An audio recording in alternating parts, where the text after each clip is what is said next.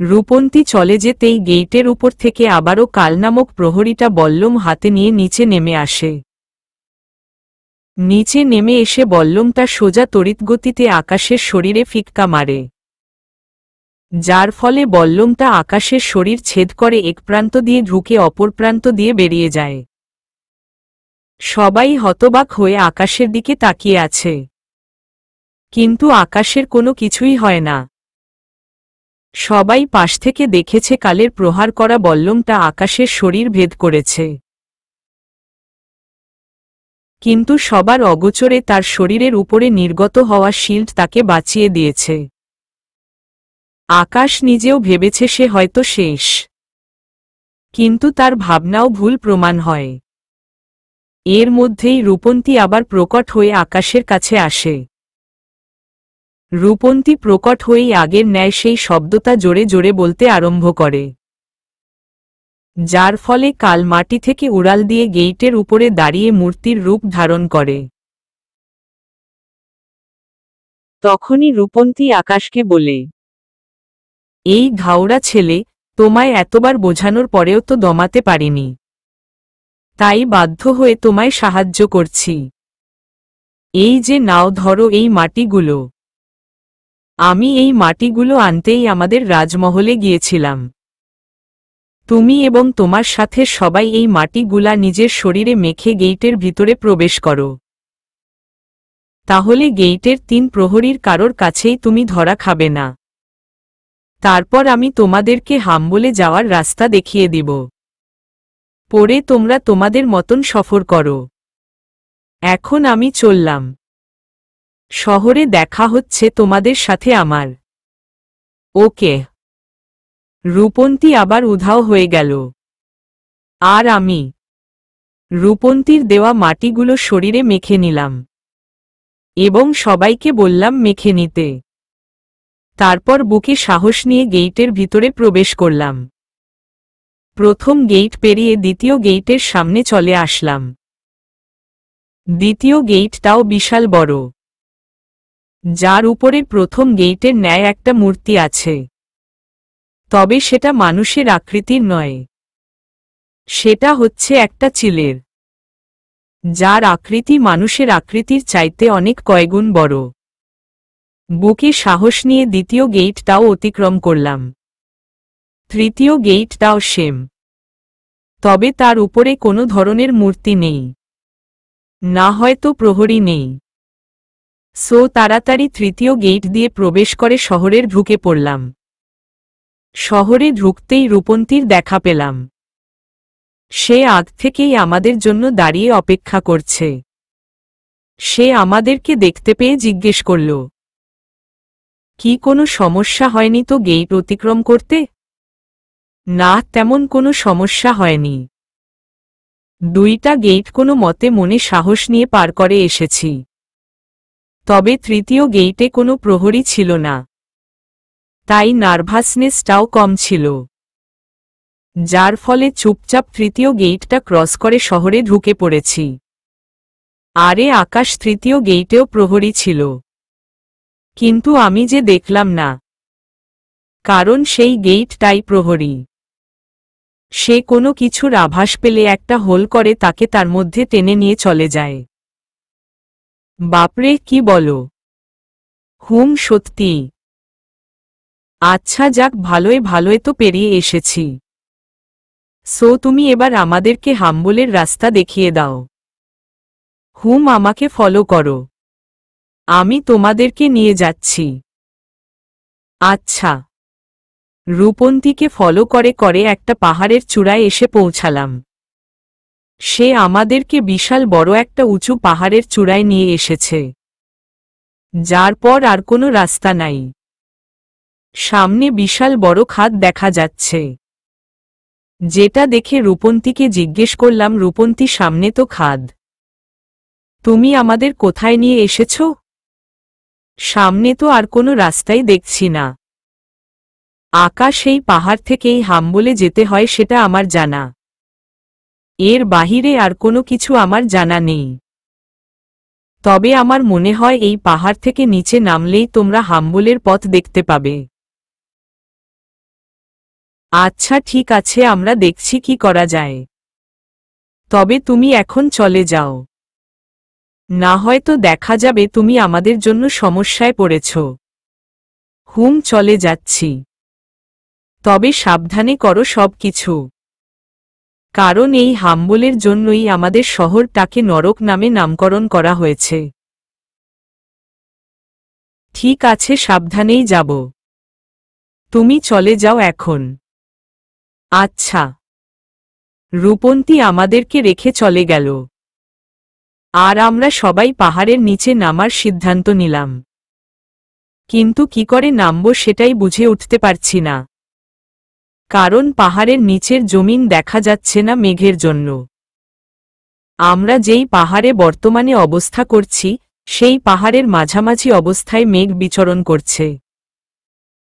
তার মানে কয়েক হাজার ফিট নিচে নামতে হবে আমাদের। কিন্তু কি করে নামব সেটাই তো মাথায় ধরছে না।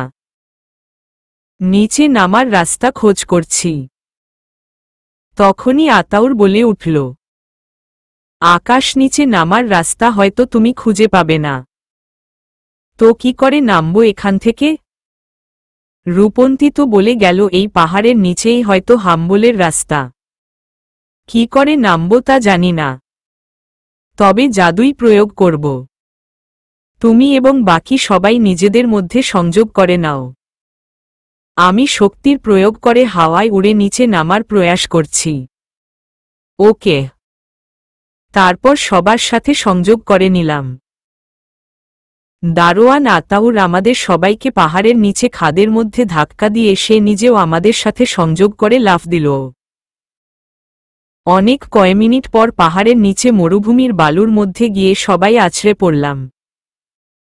মরুভূমিতে আছড়ে পড়তেই ভয়ঙ্কর এক ঘূর্ণিঝড়ের উৎপাত হল মরুভূমিতে। মরুভূমির সমস্ত বালুকণা হাওয়ার বেগের সাথে মিশে ঘূর্ণিঝড়ের রূপ নিয়েছে। চোখ মেলে কিছুই দেখতে পাচ্ছি না। দীর্ঘ 6 থেকে 7 মিনিট এভাবে অতিক্রম করার পর মরুভূমির পরিবেশ ঠান্ডা হয়ে গিয়েছে। এত সময় সবারই চোখ বন্ধ ছিল। পরিবেশ ঠিক হওয়ার পর চোখ খুলতেই দেখি আমাদের দুজন সঙ্গী গায়েব। আমার সাথে খালি আতাউর এবং তার সঙ্গী একজন আছে। বাকি দুজন সঙ্গী উধাও হয়ে গিয়েছে। 3 জন মিলে আশেপাশে খুঁজতে আরম্ভ করলাম, কিন্তু বাকি দুজনের খোঁজ কোনো মতেই বের করতে পারলাম না। তাই 3 জন মিলে সিদ্ধান্ত নিলাম সামনে অগ্রসর হব। তাই সামনের দিকে অগ্রসর হলাম 3 জন মিলে। ভয়াবহ ঘূর্ণিঝড়টা মরুভূমির মাঝ বরাবর একটা রাস্তার নকশা তৈরি করে দিয়ে গেছে, যেই নকশা আগে আমরা দেখতে পাইনি। 3 জন মিলে কোনো চিন্তাভাবনা ছাড়া রাস্তার নকশাটা অনুসরণ করে হাঁটতে আরম্ভ করলাম। এভাবে কিছুটা পথ হাঁটার পর সামনে হঠাৎ একটা বয়স্ক লোককে লাঠি হাতে নিয়ে ধীরগতিতে পথযাত্রা করলে দেখলাম, যেটা দেখে বেশ অবাক লাগল, কারণ এই পথে তো কারোর থাকার কথা না। তাহলে এই বয়স্ক লোক এখানে কি করছে? দারোয়ান আতাউরকে নিয়ে তাড়াতাড়ি পা চালিয়ে বয়স্ক লোকটার কাছে গেলাম। আমরা তার কাছে যেতেই সে আমাদেরকে জিজ্ঞেস করল, এই তোমরা কোথায় যাচ্ছ? আমরা হাম্বলের পথযাত্রায় বের হয়েছি। হাম্বলের শেষ প্রান্তে আমাদের একজন লোককে আটক করে রাখা হয়েছে। আমরা তাকে মুক্ত করে আনতে হাম্বলের রাস্তায় পথযাত্রা শুরু করেছি। আপনি কি জানেন কিভাবে হাম্বলের শেষ সীমা কোথায়? জানি, তবে তোমরা সেখানে না গিয়ে ফিরে যাও, না হয়তো সবাই মারা পড়বে। মুরুব্বি, মরতে তো একদিন সবার হবে। মৃত্যুকে আমরা ভয় করি না। এই যাত্রা আমরা শেষ করবই। আপনি যদি পারেন আমাদের একটু সাহায্য করেন। আকাশের কথা শুনে বয়স্ক লোকটা ঘাড় বেঁকিয়ে আকাশের দিকে তাকায়। সে এতটা সময় নজর এড়িয়ে কথা বলছিল। লোকটা আকাশের দিকে ঘাড় ঘুরিয়ে তাকাতেই আকাশ থতমত খেয়ে যায়, কারণ লোকটার চোখের মধ্যে আগুন জ্বলছে। যেটা দেখে আকাশ থতমত খেয়ে যায়। আকাশ লোকটার থেকে নিজের নজর সরাবে, এমন সময় লোকটা তার হাতে থাকা লাঠিটা দিয়ে মরুভূমির বালুর মধ্যে আঘাত করে। আর সাথে সাথেই পুরো মরুভূমি নরকে পরিণত হয়ে যায়। আকাশ যেই জায়গায় দাঁড়িয়ে আছে, সেই জায়গা বাদে সমস্ত মরুভূমিতে দাউ দাউ করে আগুন জ্বলতে শুরু করে। মরুভূমির সমস্ত বালুকণা অগ্নিকুণ্ডলিতে পরিবর্তন হয়ে গেছে। তখনই সেই বয়স্ক লোক ভয়ানক কণ্ঠে বলে, এখনো সময় আছে, নিজের বাসস্থানে ফিরে যা, না হয়তো তোদের জীবন আমি কেড়ে নিব। আমি প্রথম হাম্বলের রক্ষিতা, আর তোরা কিনা আমার কাছে এসেই সাহায্য চাচ্ছিস হাম্বলে যাওয়ার জন্য। তোদের কলিজা তো অনেক বড়। মুরুব্বি কলিজার এখনো কিছুই দেখেননি। আর আপনার এই অশুভ মায়া আমাদের উপরে মোটেও কাজে আসবে না। এমন অগ্নিকুণ্ডলী অতিক্রম করার প্রতিভা আমাদের মধ্যে বরাবরই আছে। সো আমরা অগ্রসর হচ্ছি, আপনি পারলে আটকে দেখান। দারোয়ান সাহেব, আপনারা চোখ বন্ধ করেন। আমি আপনাদেরকে নিয়ে সামনে অগ্রসর হচ্ছি। ঠিক আছে। আকাশের কথা অনুযায়ী আতাউর এবং তার সঙ্গী চোখ বন্ধ করে। আর আকাশ চোখ বন্ধ করে তাদের হাত চেপে ধরে সামনে অগ্রসর হতে আরম্ভ করে।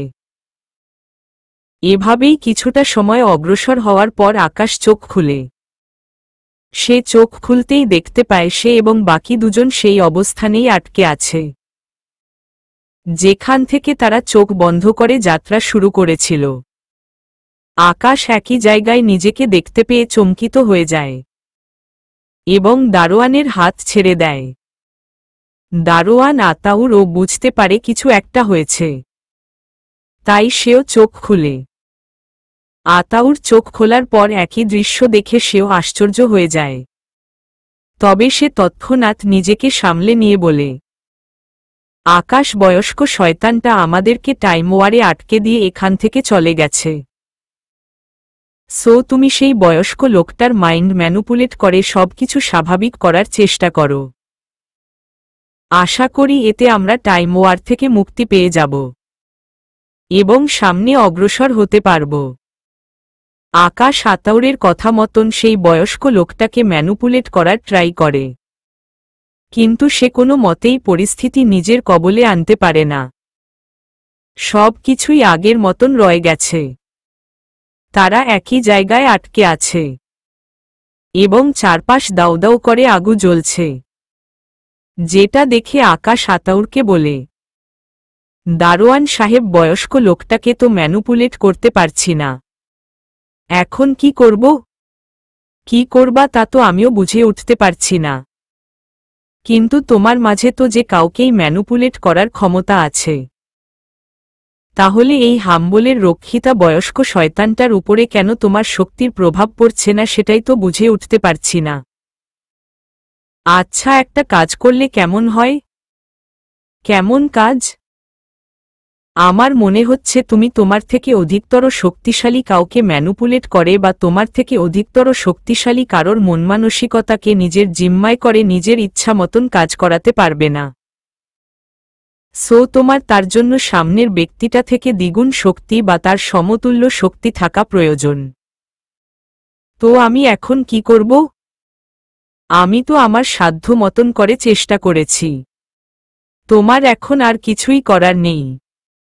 যা করার আমিই করছি। আমি আমার সোল তোমার শরীরে প্রবেশ করিয়ে দিচ্ছি।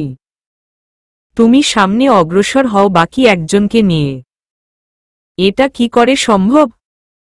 আপনি না থাকলে আমি সামনে এগোবো কি করে? তার উপরে আপনাকেই বা পরবর্তীতে ঠিক করব কি করে? আমার সোল এখানেই পড়ে থাকবে। তুমি ফিরে এসে আমার আঙ্গুল চেপে ধরে আমার সোল ফিরিয়ে দেওয়ার ইচ্ছা পোষণ করলেই আমার সোল আমার শরীরে প্রবেশ করবে। আর আমার সোল যেহেতু তোমার শরীরে প্রবেশ করাচ্ছি, তাহলে দেখবে তোমার ভাবনাচিন্তাগুলোও আমার মতন কাজ করবে। আচ্ছা, তাহলে ঠিক আছে। তারপর দারোয়ান আতাউর তার সোল আকাশের শরীরে প্রবেশ করিয়ে দেয়। আকাশ তারপর চোখ বন্ধ করে সেই বয়স্ক লোকটাকে ম্যানুপুলেট করার চেষ্টা করলেই সে ম্যানুপুলেট হয়ে যায়। আকাশ সেই বয়স্ক লোকটাকে ম্যানুপুলেট করে মরুভূমিকে শান্ত করে এবং সাথে টাইম ওয়ার থেকেও নিজেকে মুক্ত করে নিয়ে সমানে এগিয়ে যায়। আকাশ সফর করতে করতে একটা চীনামাটির দ্বীপের মাঝে এসে পৌঁছে। আকাশ সেখানে এসেই দেখতে পায় সেই বয়স্ক লোকটা বিশাল একটা পাথরের উপরে বসে আছে, কিন্তু সে আকাশকে দেখে কিছুই বলে না। আকাশও তাকে কিছু না বলে সামনে অগ্রসর হওয়ার জন্য পা বাড়ায়। তখনই সেই লোকটা আকাশকে বলে, আমাকে তুই যতই ম্যানুপুলেট করিস না কেন, তোর জন্য সামনে অনেক ভয়ঙ্কর কিছু অপেক্ষা করছে। মনে রাখিস, আমার থেকে বেঁচে গেলেও তার থেকে তুই বাঁচবি না। আরে দেখা যাবে। এটা বলে সামনে অগ্রসর হতে শুরু করলাম। সমানের আরও অনেকটা পথ সফর করে বিশাল একটা জঙ্গলের মাঝে এসে পৌঁছেছি। জঙ্গলের মাঝে প্রবেশ করতেই অনেক বড় একটা রক্ত জবা ফুল আমাদের পথ আটকাল। সে আমাদের পথ আটকে বলতে লাগল, আমি দ্বিতীয় হাম্বলের রক্ষিতা, কিন্তু তোর মাঝে অনেক শক্তিশালী একটা শিল্ড দেখতে পাচ্ছি, যার জন্য তোর কোনো ক্ষতি করতে পারছি না আমি, কিন্তু সামনে তোর জন্য অনেক ভয়ঙ্কর কিছু অপেক্ষা করছে। ফুলের মুখে বুলি শুনে পেট ফেটে হাসি পাচ্ছে, কিন্তু সেই হাসিটাকে চেপে রেখে সামনের দিকে অগ্রসর হলাম। এভাবেই সব কয়টা হাম্বল অতিক্রম করেছি। এক এক হাম্বলে এক এক রকমের দানবের সাথে সাথে দেখা হয়েছে আমার, কিন্তু আশ্চর্যজনক বিষয় হচ্ছে কেউ আমার কোনো ক্ষতি না করে একটাই কথা বলেছে, যে সামনে আমার জন্য অনেক ভয়ঙ্কর কিছু অপেক্ষা করছে। কিন্তু সেই ভয়ঙ্কর জিনিসটা কি সেটাই এখনো দেখতে পেলাম না। সব কয়টা হাম্বল শেষ করে গির্জার মতন অনেক বড় একটা ঘরের সামনে এসে পৌঁছালাম, যেই ঘরটা পুরোপুরি স্বর্ণ দিয়ে নির্মাণ করা। আমি কোনো চিন্তাভাবনা ছাড়া আমার সাথে দারোয়ানকে নিয়ে ঘরটার মধ্যে প্রবেশ করলাম। ঘরের ভিতরে প্রবেশ করে দেখি ঘরটার উচ্চতা ৮-১০ তলা বাড়ির সমান, তবে জিনিসটা বাহির থেকে বোঝা যায় না। ধুর, আমার এত সব দিয়ে কাজ নেই। আমার কাজ হচ্ছে আনহাকে খুঁজে বের করা। তাই আনহাকে খুঁজতে আরম্ভ করলাম। ঘরের চারপাশে নজর ঘুরিয়ে আনহাকে তালাশ করতে লাগতাম।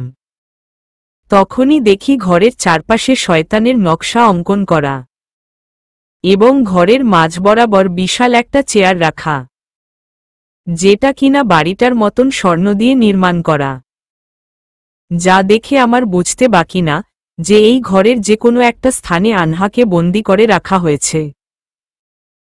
কিন্তু অবাক করা বিষয় হচ্ছে আশেপাশে কাউকেই দেখতে পাচ্ছি না। এটা যদি সত্যিই শয়তানের বাসস্থান হয়, তাহলে আশেপাশে কাউকে দেখতে পাচ্ছি না কেন?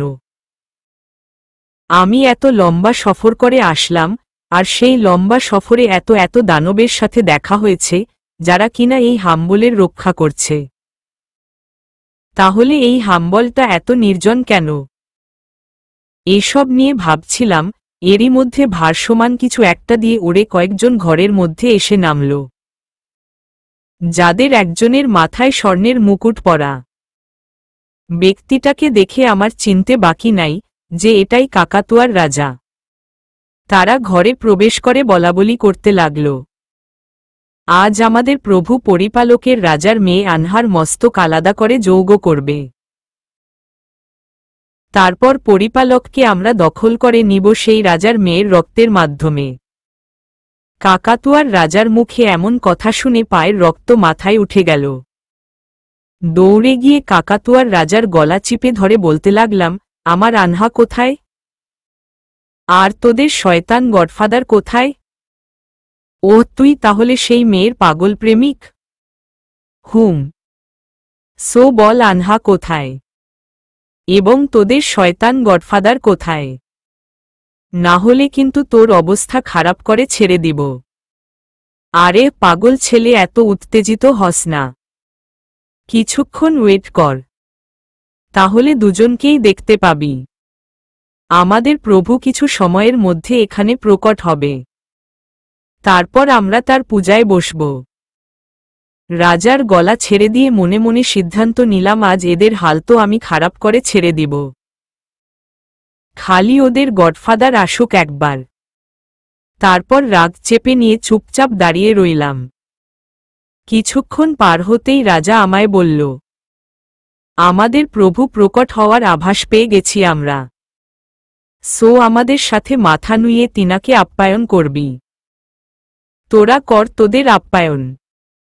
আমি উপর ওয়ালা ছাড়া কারোর সামনেই মাথা নত করব না। এটা বলতে না বলতেই অনেক দ্রুত গতিতে কিছু একটা প্রবেশ করল ঘরের মধ্যে, যার পর রাজা সহ তার সাথে সবাই প্রভু বলে ঝুঁকে পড়ল, এবং আমার সাথে সফর করা দারোয়ানটাও তাদের মতন করে ঝুঁকে তাল মিলাতে আরম্ভ করল। কিন্তু আমি মানুষটা ঘাওড়ার মতন দাঁড়িয়ে আছি। তখনই দেখি দ্রুত গতির সেই জিনিসটা। স্বর্ণের চেয়ারে যে বসে আছে সে আর অন্য কেউ না, সে হলো আমার যাত্রাপথের সঙ্গী এবং পরিপালকের প্রধান দারোয়ান আতাউর। মাথা পুরো আউলে গেছে তাকে দেখে। আক্রমণাত্মক দৃশ্যভঙ্গিতে তাকিয়ে আছি দারোয়ান আতাউরের দিকে। তখনই সে আমায় বলে উঠে, কিরে যামিনী মানব, আমায় এই অবস্থায় দেখে বেশ অবাক হচ্ছিস বুঝি? তোর মতন ছদ্মবেশীকে দেখলে যে কেউ এই অবাক হবে। শুধু আমি একা নয়, থাক আর অবাক হতে হবে না। এখন তো আমার আসল রূপ দেখে নিয়েছিস। আর শোন, আমি এই কাকাতুয়ার আসল প্রভু। সবাই আমারই পূজা করে, আর তুইও এখন আমার পূজা করতে শুরু কর। তাহলে প্রাণ নেওয়া থেকে খারিজ হয়ে যাবি তুই। তোর মতন শয়তানের পূজা আমি মরেও গেলেও করব না। তাতে যদি আমার প্রাণও যায় তাহলেও আমার কোনো আপত্তি নাই। কিন্তু সবকিছুর ভিড়ে আমার একটা জিনিস এই মাথায় ঢুকছে না, যে তুই এত বড় ভনিতা কি কারণে করলি? আর কি কারণেই বা এত বড় গেমটা খেললি? তাহলে তোর অবশ্যই মরতে হবে। আর তোকে মারার আগে তোর সব কয়টা কৌতূহল আমি দূর করছি। তোর কৌতূহলের প্রথম ধাপ হচ্ছে আমি কেন এমনটা করেছি। তাহলে শোন, আমি এমনটা করার কারণ হচ্ছে পরিপালককে নিজের দখলে করে নেওয়া। কাকাতুয়ার আশেপাশের সবাই আমার পূজা করে, কিন্তু পরিপালকের লোকজন এই আছে যারা কিনা আমার পূজা না করে অন্যের পূজা করে। তাই আমি নিজের রূপ পরিবর্তন করে পরিপালকে গিয়ে কৌশলে পরিপালকের দারোয়ানের দায়িত্বটা নেই। পরিপালকের পূর্বপুরুষরা আমায় ধরতেও পারেনি যে আমি তাদের পরিপালকের লোক নই। এমন ছদ্মবেশ নিয়েই পরিপালকে প্রবেশ করেছি আমি। আর তোর সাথে দারোয়ান যাকে দেখছিস সেও কিন্তু আমার লোক।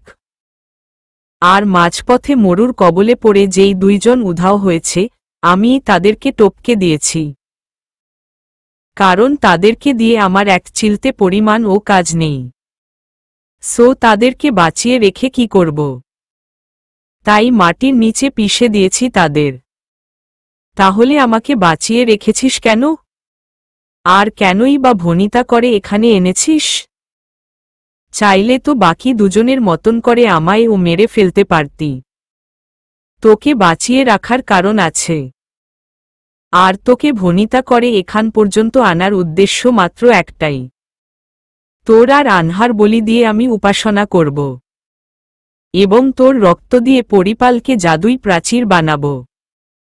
পরিপালকে জাদুই বেড়িবাঁধ তৈরি করার জন্য অন্য কারোর রক্তের প্রয়োজন। সো তুই আনহাকে ছেড়ে দিয়ে আমায় বলির পাঠা বানা, কারণ আনহাকে দিয়ে তোর কোনো কাজ নেই। সে পরিপালকের নাগরিক, তার রক্ত তোর কোনো কাজেই আসবে না। না না না, আসবে। অবশ্যই আনহার রক্ত আমার কাজে আসবে, কারণ তোর শরীর আর আনহার শরীর এখন একত্রে মিশে গেছে। তোদের দুজনের রক্ত দিয়েই বেড়িবাঁধ তৈরি করব। আতাউর, তুই কিন্তু অনেক বড় ভুল করছিস। তোর অসাধু মতলব কোনো দিন এই চূড়ান্ত সীমায় পৌঁছাবে না। তোর সমস্ত কুমতলব এই ভেস্তে যাবে এবং তুই এসব কর্মকাণ্ডের জন্য কিন্তু বিশাল বড় শাস্তি পাবি। এই মাটির মানুষ, তুই আমার সম্পর্কে এখনো ভালো করে জানিস না। আমি 600 বছরের বেশি সময় ধরে এই দিনটার আশায় ছিলাম, কবে পরিপালকে নিজের নাম প্রসারিত করব। কিন্তু পরিপালকের পূর্বপুরুষেদের জন্য এসব করতে পারিনি, কারণ তারা অনেক শক্তিশালী ছিল। তবে আমারও শক্তি কম নেই। আমি চাইলে বরাবরের মতন তাদের সাথে টক্কর দিতে পারতাম, কিন্তু আমি ধৈর্য সহকারে কাজ নিয়েছি। তাদের পরিপালকে গিয়ে তাদের সাথে লড়াই না করে তাদের বিশ্বাস অর্জন করে সবকিছুকে নিজের মুঠোয় করে নেওয়াকেই বুদ্ধিমানের কাজ মনে করেছি। তাই আমি তড়িঘড়ি করিনি। আমার সেই ধৈর্য ধারণ করার ফল আজ ভোগ করব। আর কি বললি আমি শাস্তি পাব? আরে মাটির মানুষ, তুই কান খুলে একটা কথা শুনে রাখো। আমায় শাস্তি দিবে এমন কেউ এখনো পয়দা হয়নি, কারণ জমিন বাদে সমস্ত গগনের মালিক আমি। সবাই কম বেশি আমারই পূজা করে। কারোর কাছে এতটা শক্তি নেই যে আমায় পরাজয় করবে। এত অহংকার ভালো না রে আতাউর। একমাত্র সৃষ্টিকর্তা বাদে দুনিয়ার রক্ষণাবেক্ষণের জন্য যারা নিয়োজিত আছে তাদের ও পর্যন্ত মরতে হবে। সেখানে তুই তো একটা মশামাছি, মরবি তো তুই নিশ্চিত। সেটা আজ না হয় কাল। মাটির মানুষ আসলেই অনেক ইচড়ে পাকা। না হয়তো মৃত্যুকে নিজের চোখে দেখতে পেয়েও তোর মতন গলাবাজি করতে পারত না। এই হাম্বলের সমস্ত প্রহরীরা, তোরা সবাই অদৃশ্য থেকে নিজের রূপ ধারণ কর এবং এই ইচড়ে পাকাকে পাকোড়াও করে অগ্নিযোগের সামনে নিয়ে যা। আর কাকাতুয়ার রাজা, তুই তোর মেয়েকে বন্দি করে এখানে নিয়ে আয়। আজকে 3 জনের বলিদান দিব। তোর মেয়েও গাদ্দার। সে আমি বাদে অন্য কোনো খোদায় বিশ্বাসী এবং জমিনের মানুষকে সে হাম্বলে আসার জন্য সাহায্য করেছে। আমার চোখের পলক পড়তেই তাকে আমার চোখের সামনে দেখতে চাই। জি প্রভু, আপনার চোখের পলক পড়তেই আমি আমার মেয়েকে এনে আপনার সামনে হাজির করছি। রূপন্তীর বাবার কথা শুনে তাজ্জব হয়ে গেলাম, কারণ সে একটা বাবা হয়ে তার নিজের মেয়েকে নরাধম শয়তানের হাতে সঁপে দিচ্ছে। এসব নিয়ে ভাবছিলাম। রূপন্তীর বাবা দুজনকে সাথে নিয়ে ভারসমান জিনিসটায় করে ভেসে বেরিয়ে গেল তার মেয়েকে আনতে। অন্যদিকে আতাউরের কথায় চারপাশের দেওয়াল থেকে শতাধিক প্রহরী উদীয়মান হল, যাদের চেহারার আকৃতি দেওয়ালে নকশা করে রাখা শয়তানগুলার মতন। যেই নকশাগুলো আমি শুরুতেই এসে দেওয়ালের মধ্যে দেখেছিলাম, তবে বর্তমানে দেওয়ালের মধ্যে কোনো নকশা নেই। যেটা দেখে আমার বুঝতে বাকি নাই যে দেওয়ালের নকশাগুলাই আতাউরের রক্ষিতা। অবাক চোখে তাকিয়ে আছি প্রহরীগুলার দিকে, কারণ তাদের চেহারার বিদঘুটে আকৃতি দেখে যে কারোর পিত্তি গলে মুখ দিয়ে বেরিয়ে যাবে। এত জঘন্য দেখতে সব কয়টা প্রহরী। প্রহরীগুলার দিকে তাকিয়ে তাকিয়ে তাদের ভয়ানক রূপ সম্পর্কে ভাবছিলাম। এর মধ্যেই 2 জন প্রহরী আমার সামনে এগিয়ে এসে 2 পাশ থেকে আমায় ধরে ফেলল। আমি নড়াচড়াও করতে পারছি না, এমনভাবে আঁকড়ে ধরেছে তারা আমায়। তাদের শরীরের জোর দেখে মনে হচ্ছে জমিনের হাজার খানিক মানুষও তাদের সাথে শক্তির মোকাবিলা করে পেরে উঠবে না। আমি আমার চিন্তাভাবনায় মশগুল, কিন্তু তারা আমায় টেনে টেনে একদম ঘরের চূড়ায় নিয়ে এসেছে। চূড়ায় এসে দেখি বিশাল একটা আগুনের কুণ্ডলী, যার ভিতর থেকে দাউ দাউ করে আগুন জ্বলছে। তার মানে এখানেই অগ্নিযোগ করবে আতাউর। এসব নিয়ে ভাবতেই দেখি আতাউর উপরে উঠে এসেছে। সে এসে তার প্রহরীকে আদেশ করল, এই তোরা একে অগ্নিকুণ্ডলীর একদম সামনে দড়ি দিয়ে বেঁধে রাখো। নিচে গাদ্দারটাকে বেঁধে রাখা হয়েছে। কয়েক মিনিটের মধ্যে তাকে আত্মশুদ্ধির মাধ্যমে পবিত্র করে উপরে আনা হবে।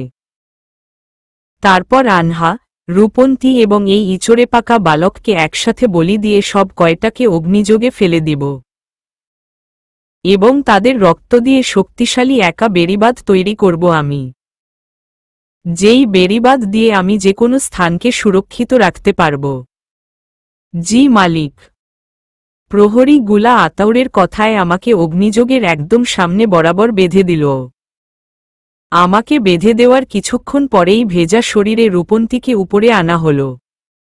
তারপর তাকেও আমার মতন করে অগ্নিযোগের সামনে দড়ি দিয়ে বেঁধে দিল। এবার বাকি আছে শুধু আনহা, কিন্তু তাকে কোথাও দেখতে পাচ্ছি না। চারপাশে নজর এড়াচ্ছি, এমন সময় দেখি আতাউরের একজন প্রহরী বিশাল একটা আয়না নিয়ে হাজির হল। প্রহরী আয়নাটা নিয়ে হাজির হয়ে অগ্নিযোগের অপর পাশে আয়নাটাকে কিছু একটার সাথে ঠেকিয়ে রেখেছে। অগ্নিযোগটা গোলাকার, এক পাশে আমি আর রূপন্তী, অপর পাশে আয়নাটা। অগ্নিযোগের অপর পাশে রাখা আয়নাটার দিকে দৃষ্টি রাখতেই দেখি আনহাকে বেঁধে রেখেছে কোনো এক অন্ধকারের দুনিয়ায়। আনহাও অপর পাশ দেখে আমায় দেখছে। দুজন দুজনের দিকে তাকিয়ে আছি।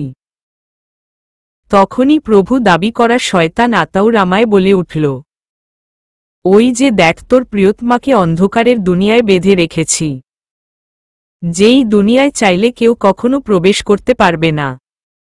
সো এবার তোদের সব কয়টার মৃত্যু নিশ্চিত। প্রথমে তোর প্রিয়তমকে অন্ধকারের দুনিয়া থেকে বের করে এনে তোর চোখের সামনেই বলি দিব।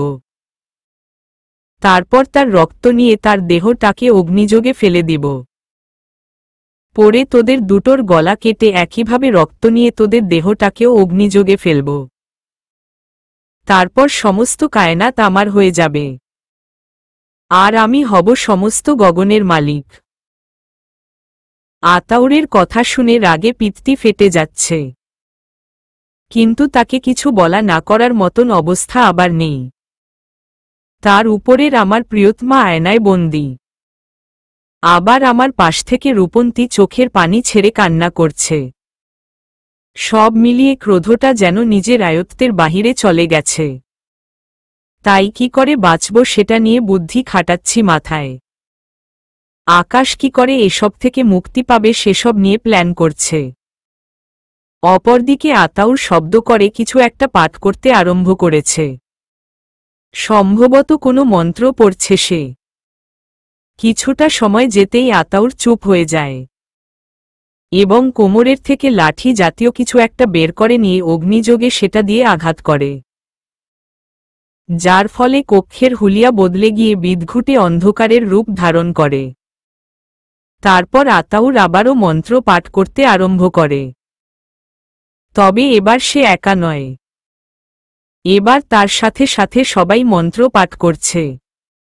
মিনিট কয়েক পর মন্ত্র পাঠ করা শেষ হলে আতাউর দুজনকে ইশারা করে বলে আয়নার ভিতরে গিয়ে আনহাকে নিয়ে আসতে। আতাউরের কথা মতন দুজন গিয়ে আনহাকে অন্ধকারের দুনিয়া থেকে মুক্ত করে এনে আতাউরের সামনে রাখে। আনহার শরীরের অবস্থা অনেক ভয়াবহ। আনহার শরীরে কন্ডিশন দেখে আকাশের চোখ দিয়ে পানি চলে আসে। কিন্তু নির্দয় আতাউর তার উপরে কোনো ধরনের রহম না করে তাকে বলি দেওয়ার কলের মধ্যে আটকে দিতে বলে। আতাউরের আদেশ একটুও নড়চড় হচ্ছে না, তার ইশারাতেই সব হচ্ছে। একজন আনহাকে ধরে নিয়ে গিয়ে বলি দেওয়ার কলের মধ্যে তার গলা আটকে দেয়। সব কিছুই কমপ্লিট, এখন খালি বলি দেওয়া বাকি। সেটাও কিছু সময়ের মধ্যে হয়ে যাবে। আতাউর প্রিপারেশন নেয় আনহাকে বলি দেওয়ার। একজন এসে আতাউরের হাতে দৈত্যাকার একটা ছুরি ধরিয়ে দেয়, যেটা দিয়ে একবারেই অনেক কয়টা মানুষের প্রাণ নেওয়া যাবে। আতাউর ছুরিটা নিয়ে শেষবারের মতন মন্ত্র পাঠ করে আনহাকে বলি দেওয়ার জন্য ছুরিটা নিয়ে আনহার দিকে অগ্রসর হয়। অন্যদিকে আকাশ কোনো সমাধান বের করতে না পেরে মনে মনে একটা চাহিদা করে আনহার কাছে। আনহার সাথে সাথে আকাশের চাহিদা পূরণ করে দেয়। কারণ তাকে নিয়ে আকাশ কোনো কিছু চিন্তা ভাবনা করলেই সেটা আনহা বুঝে যায়। তাই সে আকাশের শেষ চাহিদাটা পূরণ করে দেয়। আকাশ একই চাহিদাটা রূপন্তীর কাছেও করে, তবে সেটা চুপে চুপে মুখে বলে, কারণ সে তো আর আনহার মতন আকাশের মনের খবর জানে না। রূপন্তীও আকাশের চাহিদাটা পূরণ করে। এর মধ্যেই আতাউর আনহার গলায় দৈত্যাকার ছুরিটা চালানোর জন্য উপরের দিকে উঠায়। তখনই আকাশ হাতের বাঁধন খুলে নিজেকে মুক্ত করে নিয়ে আতাউরের কাছে যায়। তারপর তাকে বলে, ভণ্ড আতাউর, এবার দেখি তোর কত ক্ষমতা, তুই আনহাকে বলি দিয়ে দেখা। বিশ্বাস কর আমি কিছুই করব না, জাস্ট তোর সামনেই নীরব দর্শকের মতন দাঁড়িয়ে থাকব। তুই আনহাকে মেরে ফেল। আতাউর আকাশকে মুক্ত অবস্থায় দেখতে পেয়ে থতমত খেয়ে যায়। তবে সে নিজের কাজে বিরতি না দিয়ে আকাশের কথা মতন আনহার উপরে দৈত্যাকার ছুরিটা চালানোর প্রয়াস করে। কিন্তু অবাক করা বিষয় হল, আতাউর আনহাকে মারার জন্য ছুরিটা যখনই উপরের দিকে উঠায়, তখনই আতাউরের হাতসহ ছুরিটা উপরে আটকে যায়। আতাউর তার হাতের ছুরিটা নিজের সমস্ত শক্তি খাটিয়ে নিচে নামাতে পারছে না। যেটা দেখে আকাশ সজোরে হাসতে হাসতে আতাউরকে বলে, আতাউর ব্যাং মরে গালের দোষে। আর তুই হলি সেই ব্যাং যে কিনা নিজের গালের দোষেই মরেছিস। এবার দেখি তোকে আমার হাত থেকে কে বাঁচায়। তোকে বলির পাঠা বানিয়ে তোর এই দৈত্যাকার ছুরি এবার তোর মাংসপেশিতেই ঢুকাব। এবার কর বাহাদুরি। সস্তা ভেবেছিস না আমায়? এবার দেখবি সস্তার ৩ অবস্থা। যখন এই দৈত্যাকার বাম্বুটা ঢুকাবো তোর ভিতরে, তখন তোর ভণ্ডগিরি উল্টা রাস্তা ধরে পালাবে খবিশের দল। এবার দেখি নিজেকে মহান বলে দাবি কর। এই জমিনি মানব, তুই আমার সাথে পাঙ্গা নিস না। ভালোই ভালোই বলছি, আমাকে মুক্ত কর মায়া থেকে। না হয় কিন্তু অনেক খারাপ কিছু ঘটবে তোর সাথে। আরে শয়তান আতাউর, তুই আগে নিজের চিন্তা কর।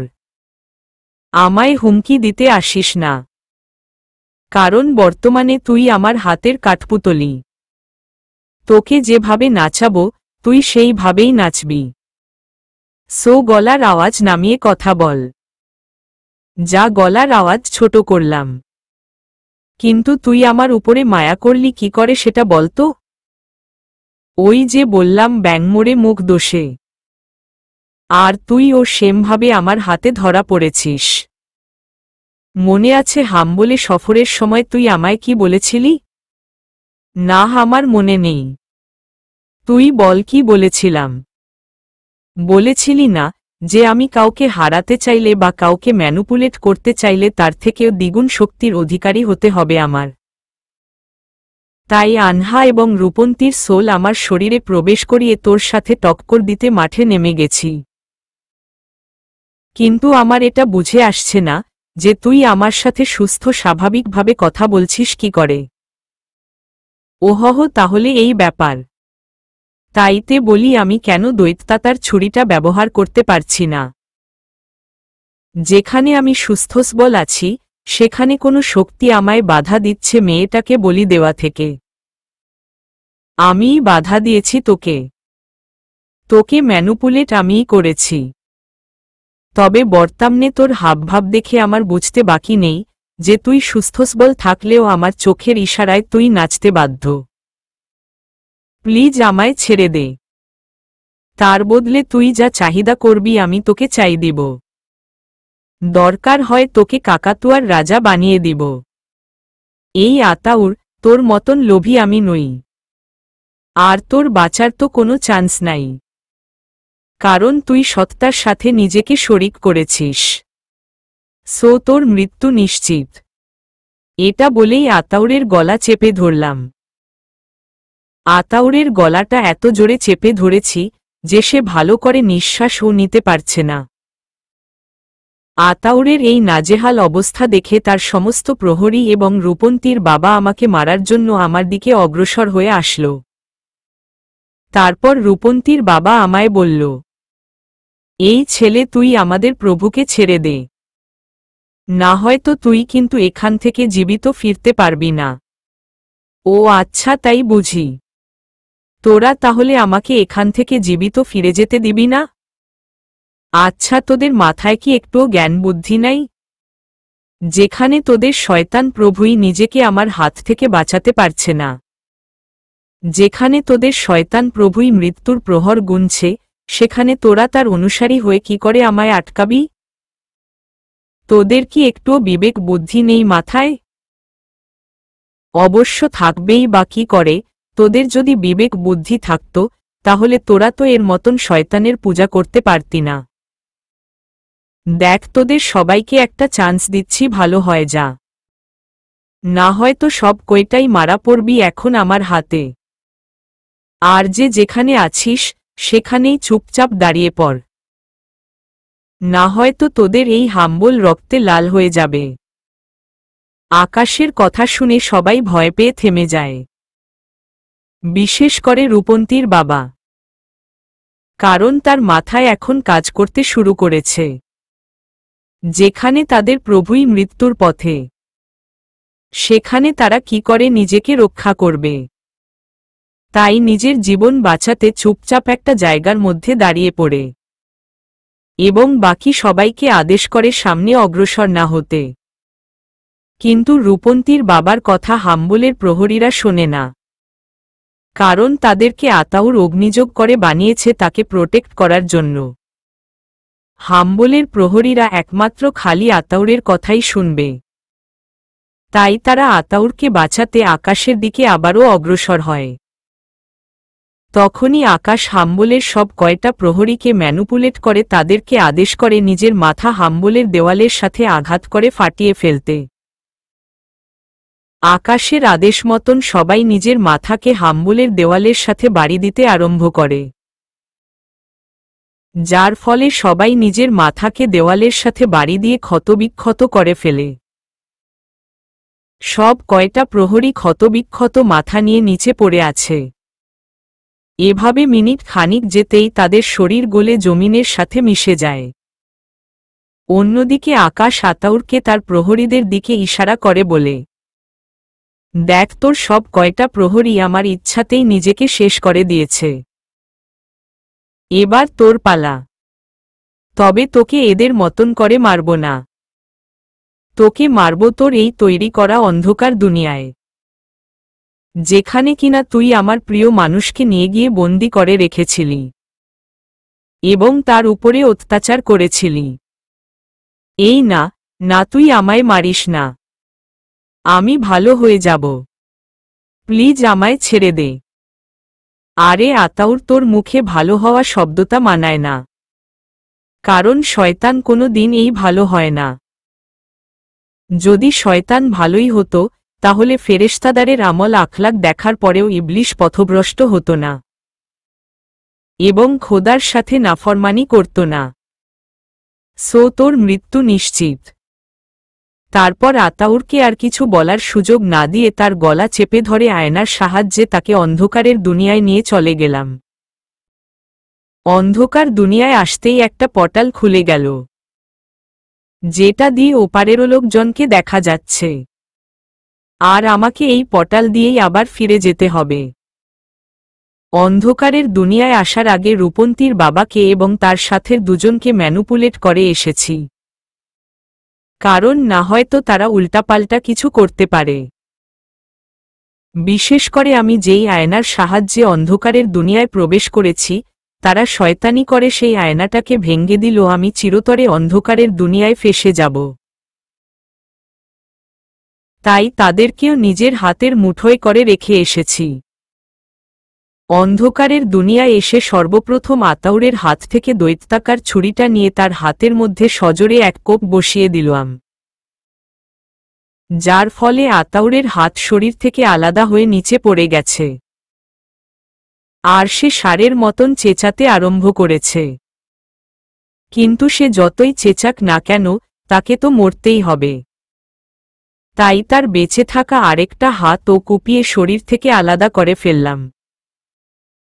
তারপর তাকে টেনে হেঁচড়ে নিয়ে গিয়ে একটা গাছের সাথে চেপে ধরে দৈত্যাকার ছুরিটা তার গলার চামড়ার উপরিভাগে লাগিয়ে বললাম, দেখ, খারাপ মানুষের পরিশেষটা এমন এই হয়।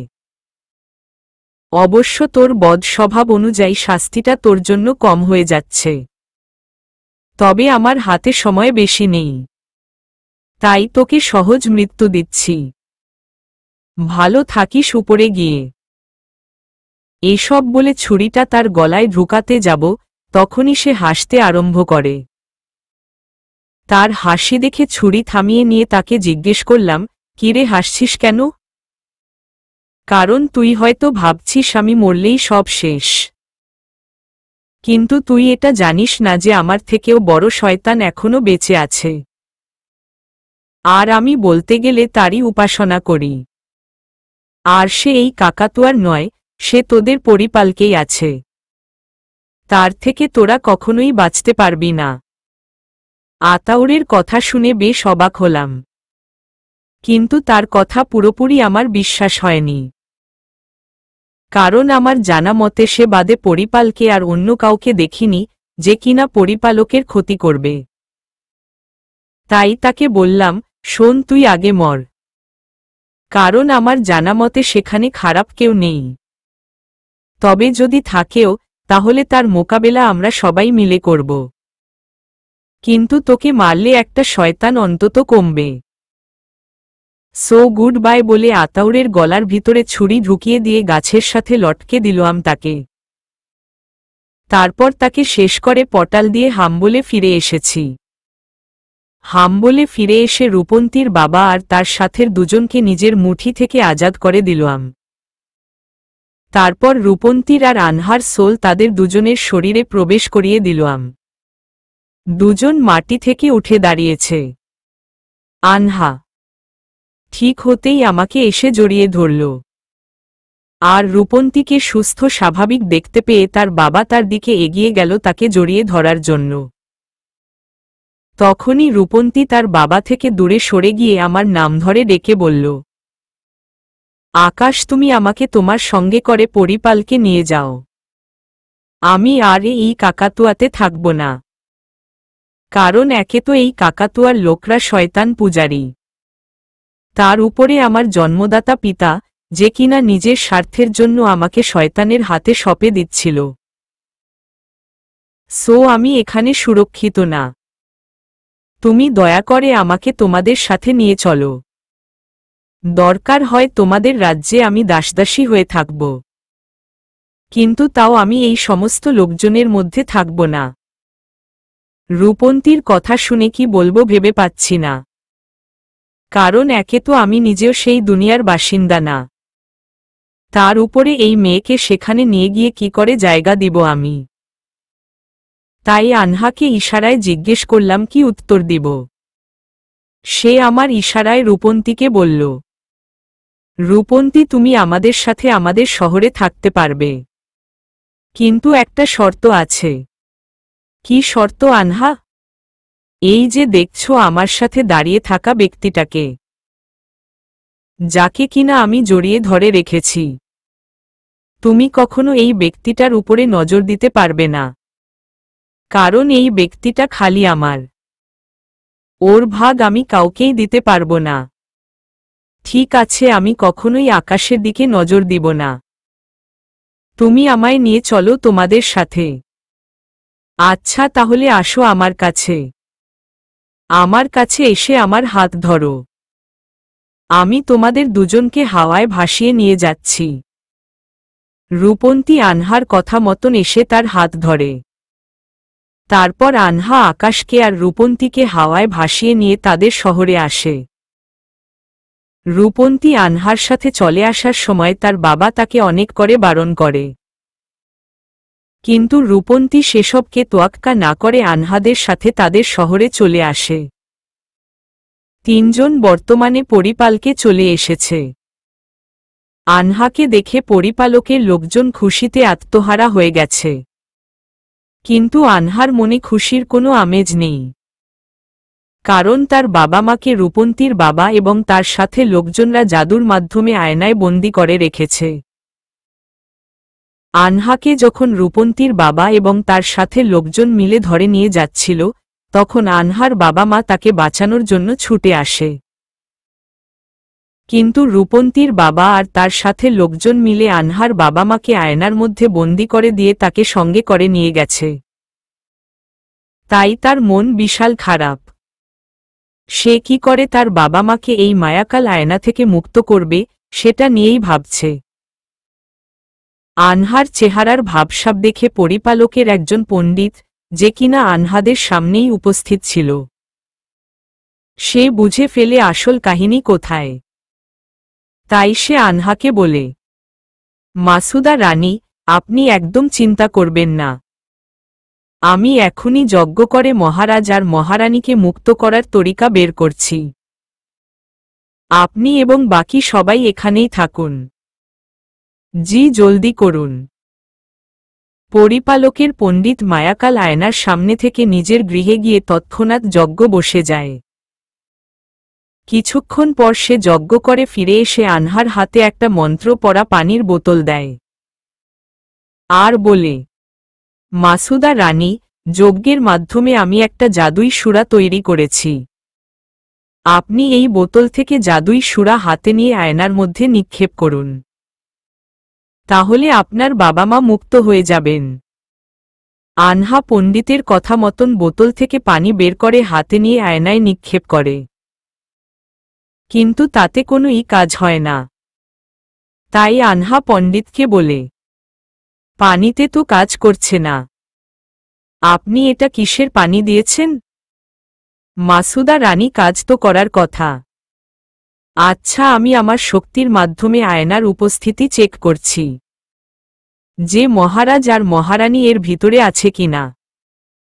পণ্ডিত অলৌকিক শক্তির মাধ্যমে আয়নার ভিতরে আনহার বাবা মায়ের উপস্থিতি চেক করে। চেক করা শেষ হলে আনহাকে বলে, মাসুদা রানী, কয়েকজনের উপস্থিতি তো আয়নার ভিতরেই দেখাচ্ছে। তাহলে সূরার পানি কাজ কেন করছে না সেটাই তো বুঝতে পারছি না। পণ্ডিতের কথা শুনে পাশ থেকে রূপন্তী বলে ওঠে, আপনাদের কোনো কিছুতেই মহারাজ আর মহারানী মুক্ত হবে না আয়না থেকে। কারণ যারা মহারাজ আর মহারানীকে জাদুর মাধ্যমে আয়নায় বন্দী করেছে, তাদের বংশের লোকেরাই শুধু পারবে এই মায়া থেকে কাউকে মুক্ত করতে। সো আনহা, পানির বোতলটা আমায় দাও। আমি মুক্ত করছি মহারাজ আর মহারানীকে। আনহা বোতলটা রূপন্তীর হাতে দেয়। রূপন্তী বোতলটা হাতে নিয়ে সেটার মধ্যে থেকে কয়েক কোষ পানি হাতে নিয়ে আয়নার মধ্যে ফিক্কা মারতেই সেটার ভিতর থেকে মহারাজ আর মহারানী বেরিয়ে আসে। মায়াকাল আয়না থেকে শুধু মহারাজ আর মহারানীই বেরিয়ে আসেনি, তাদের সাথে সাথে আরও দুজন ব্যক্তিও বেরিয়ে এসেছে মায়াকাল আয়নার ভিতর থেকে।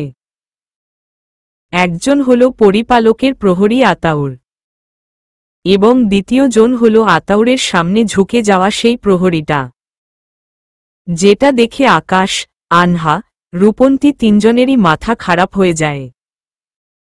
তবে সবার থেকে বেশি মাথা খারাপ হয় আকাশের। তাই আকাশ কোনো কথাবার্তা ছাড়াই আতাউরের কাছে গিয়ে তার কলার চেপে ধরে। তারপর তাকে বলে, কিরে শয়তানের বাচ্চা, তুই এখানে কি করছিস? তোকে না অন্ধকারের দুনিয়ায় নিয়ে গিয়ে পুরোপুরি বিনাশ করে দিয়েছি, তাহলে এই মায়াকাল আয়নার ভিতর থেকে প্রকট হলি কি করে তুই? আকাশের কথার কোনো উত্তর এই দেয় না আতাউর। সে চুপচাপ দাঁড়িয়ে আছে। কিন্তু আতাউর চুপচাপ থাকলেও আনহার বাবা চুপচাপ দাঁড়িয়ে নেই। সে তার পিছন থেকে জাদুই একটা লাঠি বের করে আকাশের শরীরের মধ্যে সজোরে একটা বাড়ি মারে, যার ফলে আকাশ ব্যথার চোটে আতাউরকে ছেড়ে দিয়ে নিচে বসে পড়ে। আনহার বাবার জাদুই লাঠির আঘাতে আকাশ প্রচণ্ড রকমের আঘাত পেয়েছে, তাই তার চোখের কোনো পানি চলে এসেছে। অন্যদিকে আনহার বাবা হুট করেই তিক্ত মেজাজি হয়ে উঠেছে। সে আকাশকে জাদুই লাঠি দিয়ে আঘাত করার পরেও থামেনি। সে আকাশকে প্রহার করার পর এখন এসে আবার তার কলার চেপে ধরেছে। আকাশের কলার চেপে ধরার পর তাকে ঝাঝালো কণ্ঠে জিজ্ঞেস করে, এই তুই কে? আর কোনো সাহসে তুই আতাউরের শরীরে হাত দিয়েছিস? মহারাজ, আমি জমিনী মানব। আর আতাউরের গায়ে হাত দেওয়ার কারণ হচ্ছে সে শয়তানের পূজারী। সে পরিপালক ধ্বংস করার জন্য পিছনে লেগেছে। আতাউর এমনটা করেনি, করেছে অন্য কেউ। কারণ মায়াকাল আয়নার ভিতরে বন্দী হওয়ার পর আতাউরের সাথে আমার দেখা হয়। তখন সে আমায় সবটা খুলে বলে। তাকে 500 বছরেরও বেশি সময় ধরে নাকি এই মায়াকাল আয়নায় বন্দী করে রাখা হয়েছে, এবং তার রূপ ধারণ করে এতদিন কোনো এক শয়তান চৌকিদারি করেছে। সো তুই না জেনে এর গায়ে হাত দিলই কেন? মহারাজ, আমার ভুল হয়ে গেছে। তোর ভুলের মাফ নাই। কারণ একে তো তুই আতাউরের সাথে বেয়াদবি করেছিস, দ্বিতীয়ত তুই জমিন থেকে আমাদের পরিপালকে আসার সাহস করেছিস। এই পরিপালকের প্রহরী কে আছো? তোমরা তাড়াতাড়ি এই জমিনী মানবকে নিয়ে কালকুঠরিতে বন্দী করো। ওর দুঃসাহস একদম চিরতরের মতন বের করে দিব। আমাদের রাজ্যে এসে আমাদের প্রহরীর সাথেই বেয়াদবি করা বের করছি ওর। আনহার বাবার কথা মতন পরিপালকের কয়েকজন সিপাহী এসে আকাশকে ধরে ফেলে বন্দী বানানোর জন্য। কিন্তু যখনই পরিপালকের সিপাহীরা আকাশকে ধরে তার হাতে হাতকড়া পরাবে, তখনই আনহা রেগে গিয়ে তার জাদুই লাঠিটা তার বাবার আদেশ মানা সিপাহীদের উপরে ফিক্কা মারে, যার ফলে সবাই আকাশের থেকে ছিটকে দূরে গিয়ে পড়ে। তখনই আনহা আকাশের কাছে গিয়ে তার হাত শক্ত করে চেপে ধরে এবং তার বাবাকে বলে, বাবা, তুমি কোনো সাহসে আকাশকে পাকড়াও করার আদেশ দিয়েছ? মাসুদা, একদম মুখের উপরে কথা বলবি না। আমি একবার যেটা আদেশ করেছি সেটাই হবে। আর তার চেয়েও বড় কথা, তুই আমার মেয়ে, আর আমি তোর পিতা। তোর কাছে জবাবদিহিতা করতে হবে এমন কোনো বাধ্যকতা আমার নেই। সো বেয়াদবি করা বন্ধ করে সিপাহীদেরকে তাদের কাজ করতে দে। হ্যাঁ, তুমি আমার বাবা। তুমি আমার কাছে কোনো কিছু নিয়ে জবাবদিহিতা না করলেও বর্তমান এই বিষয় নিয়ে তোমার জবাবদিহিতা করতে হবে আমার কাছে। কারণ এই ব্যক্তিটার কারণেই তুমি আজকে সহিসালামতে আছো, আর এই ব্যক্তিটার কারণেই আজকে এই পরিপালক পুরো দমে টিকে আছে। সে যদি আমাদের সাহায্য করতে না আসতো, তাহলে আজকে পরিপালক জাহান্নামে পরিণত হয়ে যেত। সে কি এমন সাহায্য করেছে যে তার সেই সাহায্যের জন্য আমাদের পরিপালক টিকে আছে? আর তুই তার জন্য আমার আদেশ পালনকারীদের বিপক্ষে রুখে দাঁড়িয়েছিস? বাবা, সে শয়তান পূজারী আতাউরকে তার হাম্বলে গিয়ে শেষ করে দিয়ে এসেছে। তুমি জানো সেই শয়তান পূজারীকে শেষ করার জন্য তার কয়টা হাম্বল অতিক্রম করতে হয়েছে? আর হাম্বলগুলায় কি ভয়ঙ্কর প্রহরী নিযুক্ত ছিল? না, জানি না। তুই বল। বাবা যে এতদিন আমাদের পরিপালকে বেশভূষা বদলে দারোয়ানের রূপ ধারণ করেছিল, তুমি তো জানোই যে সে একটা শয়তান। আর সে আমাকে বন্দী করে তার সাথে নিয়ে গিয়েছিল। এই আকাশ আমায় তাদের হাত থেকে বাঁচিয়েছে। মুখোশধারী আতাউর আমায় আয়নায় বন্দী করে নিয়ে গিয়ে একটা অন্ধকারের দুনিয়ায় আটকে রেখেছিল, যেই দুনিয়ায় যাওয়ার মতন ক্ষমতা আমাদের পরিপালকের কারোর মধ্যে নেই। কারণ সেখানে যেতে হলে সর্বপ্রথম 7টা হাম্বল অতিক্রম করতে হবে, যেই হাম্বলের রক্ষিতারা অগ্নিযোগে পয়দা হয়েছে। তাদেরকে হারানো কারোর পক্ষেই সম্ভব না, কারণ তাদের মধ্যে এমন অলৌকিক ক্ষমতা আছে যে তারা চাইলে হাজার খানিক লোকজনকে নিমিষেই ধুলোয় মিশিয়ে দিতে পারে। 7টা হাম্বলের রক্ষিতাই একেকজন একেকজনের চাইতে ভয়ঙ্কর। তারপর হাম্বল অতিক্রম করে 7 নম্বর হাম্বলে আয়না রাখা ছিল। সেই আয়নার ভিতরের এক অন্ধকার দুনিয়ায় আমি ছিলাম। এই আকাশ সব কয়টা হাম্বলের রক্ষিতাকে পরাজয় করেছে। শুধু তাই নয়, ছদ্মবাসী আতাউরকে হারিয়ে আমাকে অন্ধকারের দুনিয়া থেকে মুক্ত করে এনেছে। আর আমি মুক্ত হয়ে এসে আমার এক সঙ্গীর মাধ্যমে তোমায় মায়াকাল আয়না থেকে বের করেছি। কিন্তু তুমিই দেখি আমার সাহায্যকারীর পিছনে লেগেছ। ও আচ্ছা, এই ব্যাপার তাহলে। আচ্ছা সিপাহীরা, তোমরা ওর থেকে দূরে সরে এসো। আর আনহা, তুই ওকে রাজদরবারে নিয়ে চল। ওকে পুরস্কৃত করব আমরা। না, তার কোনো প্রয়োজন নেই, কারণ এই ছেলের মাঝে কোনো লোভ নেই। তবে তুমি যেহেতু বলেছ তাকে পুরস্কৃত করবা, তাহলে তার পুরস্কারটা তো বিফলে যেতে দেওয়া যাবে না। তাই আমি তার পক্ষে হয়ে তোমার কাছে পুরস্কার চাইব। তোর আবার কিসের পুরস্কার? তুই এই তো আগামীতে সবকিছুর মালিক হবি। তাহলে কি এমন চাওয়ার আছে আমার থেকে যে বেঁচে নিচ্ছিস? আমার এই ছেলেকে চাই। আমি এই ছেলেকে বিয়ে করে নিজের স্বামী বানাতে চাই। কারণ এই ছেলে জমিন থেকে আমাকে বাঁচানোর জন্যই এখানে ছুটে এসেছে। তবে শুধু আমাকে বাঁচানোর জন্য একা নয়, পুরো পরিপালককে রক্ষা করার জন্য ছুটে এসেছে। তাই আমার এই ছেলেকে চাই। আনহা, চাহিদাটা কি বেশি হয়ে যাচ্ছে না? তুই হলি ভবিষ্যৎ রানী পরিপালকের, কিন্তু তুই কিনা একটা জমিনী মানবকে বিয়ে করতে চাইছিস। এই চাহিদা তো পূরণ করা অসম্ভব। বাবা, তুমি কিভাবে কি করবে আমি জানি না, তবে আমার এই ছেলেকেই লাগবে। তুমি যদি এই ছেলের সাথে আমার বিয়ে না দাও, তাহলে আমি এই ছেলের সাথে জমিনে নেমে যাব চিরতরের জন্য। তারপর তোমরা শান্তি মতন থেকো। আনহা, তোর কিন্তু মুখের জবান অনেক চলছে। তুই এই ছেলের জন্য পরিপালক ছেড়ে জমিনে নামার কথা মুখে আনলি কি করে? বাবা, সবে তো মাত্র শুরু। এই ছেলের জন্য আমি কি কি করতে পারি তা তোমার কল্পনার ও বাহিরে। আনহা, তুই কি এমন দেখেছিস এই ছেলের মাঝে, যার জন্য তুই আমাকে, তোর মাকে এবং পুরো পরিপালকে, তার সাথে আরও এত বড় সিংহাসনটাকে ছেড়ে চলে যেতে চাচ্ছিস? আচ্ছা, কারণটা বলছি। বাবা, তোমার মনে আছে আমি যখন ছোট ছিলাম তখন তুমি আমায় সঙ্গে করে জমিনে নিয়ে গিয়েছিলে ঘুরবার জন্য? মনে আছে। আমি তোমার সাথে জমিনে নেমে এই ছেলেকে দেখি, যাকে কিনা সেই এক দেখাতেই ভালোবাসে ফেলেছি। তবে পরবর্তীতে যখন বহু বছর পর আমি জমিনে নামি, তখন এই ছেলের সাথে দেখা করি। কিন্তু তখন আমার কাছে ভালোবাসার চাইতেও গুরুত্বপূর্ণ ছিল আমার পরিপালক। আমি পরিপালক রক্ষার স্বার্থেই তার কাছে গিয়েছিলাম। তার কাছে গিয়ে ভালোবাসা নামক একটা সম্পর্কে লিপ্ত হয়ে ভিতরে ভিতরে পুষে রেখেছিলাম তাকে দিয়েই পরিপালক রক্ষা করব। কিন্তু যখন তার সাথে মিশে যাই, তখন জানতে পারি তার জীবনটা কষ্টের পাহাড় দিয়ে ভরপুর।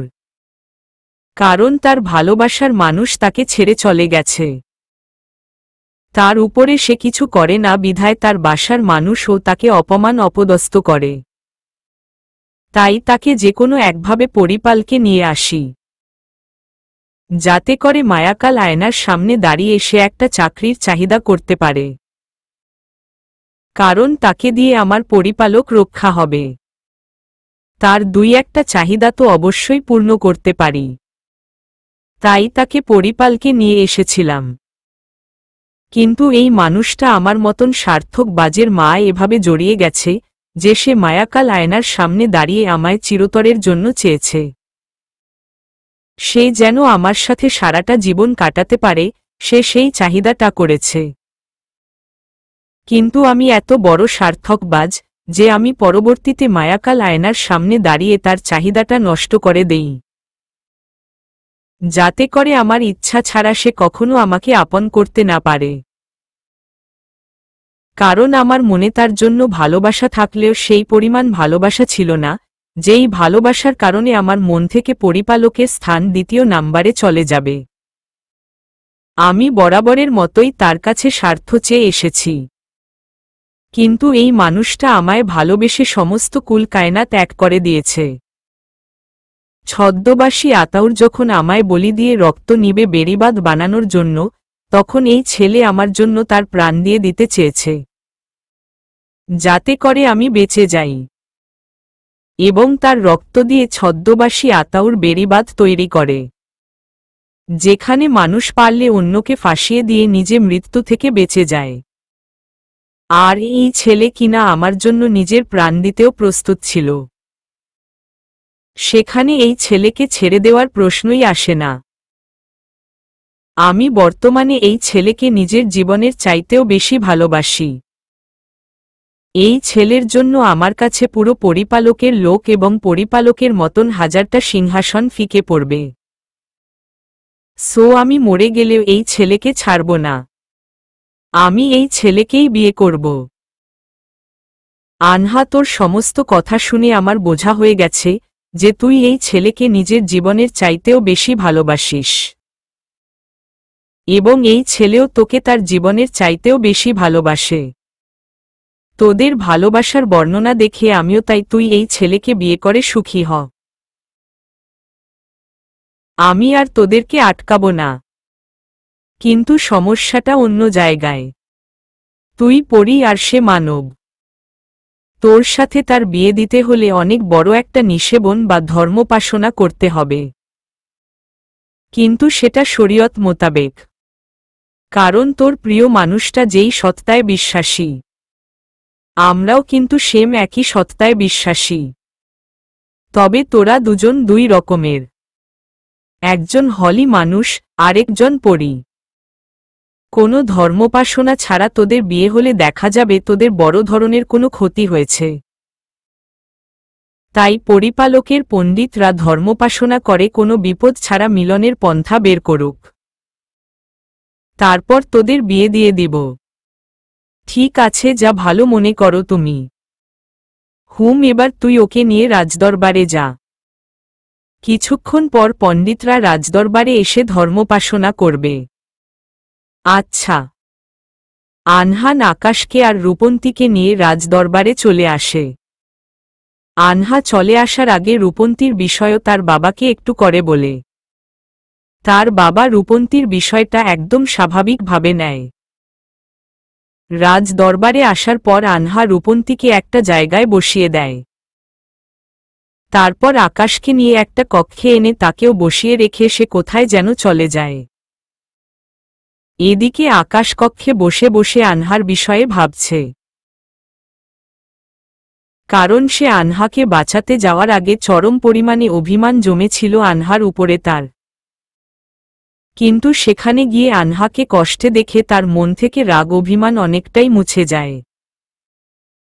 তার উপরে কিছু সময় আগে আনহা তার বাবাকে তার বিষয়ে যেইভাবে বলেছে এবং যেইভাবে তাকে চেয়েছে, সেইভাবে করে তার রাগ অভিমান পুরোপুরিভাবে নিস্তেজ হয়ে গেছে।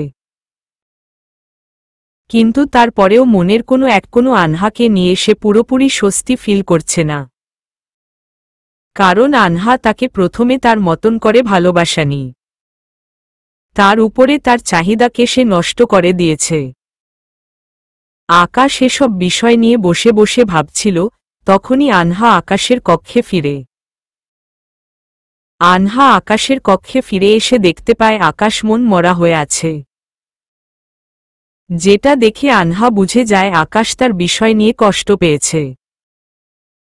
তাই সে দরজা বন্ধ করে কোনো কথাবার্তা ছাড়া আকাশকে জড়িয়ে ধরে চুমু খেতে আরম্ভ করে। আকাশ কোনো নড়াচড়া করছে না। আকাশের কোনো সাড়া শব্দ না পেয়ে আনহা তাকে ছেড়ে দিয়ে বলে, আকাশ, তুমি আমায় ভুল বুঝো না। দেখো, আমি আমার নগরীকে বাঁচানোর জন্য এমনটা করেছি, এটা সত্যি। আর সেই বাঁচানোটাও তোমার রক্ত দিয়ে। কিন্তু পরিবর্তিতে যখন তোমায় পুরোপুরি ভালোবেসে ফেলি, তখন এই চিন্তাটা মাথা থেকে ঝেড়ে ফেলি।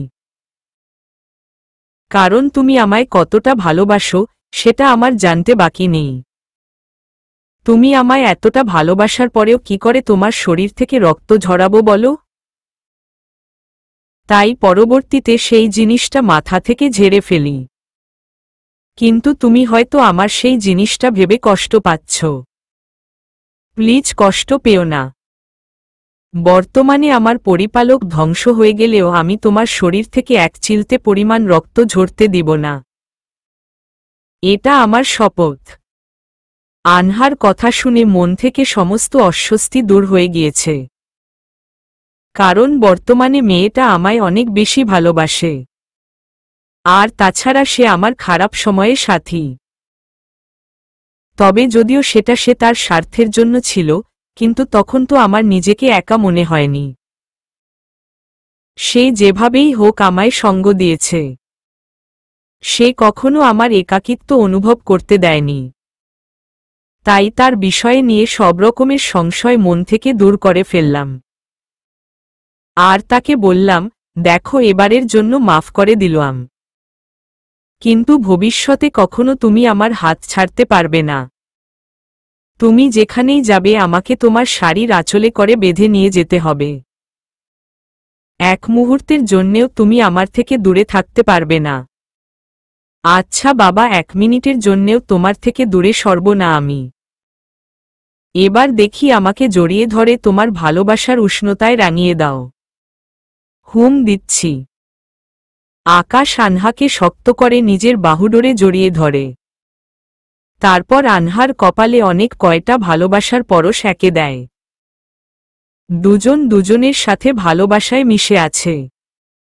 তখনই ভয়ানক এক বাতাসে তাদের দরজার ছিটকিনি খুলতেই কালো ছায়ার মতন কিছু একটা দরজা দিয়ে তাদের কক্ষে প্রবেশ করে দুজনের সামনে দাঁড়ায়। দুজনেই অবাক দৃষ্টিতে সেই কালো ছায়াটার দিকে তাকিয়ে আছে।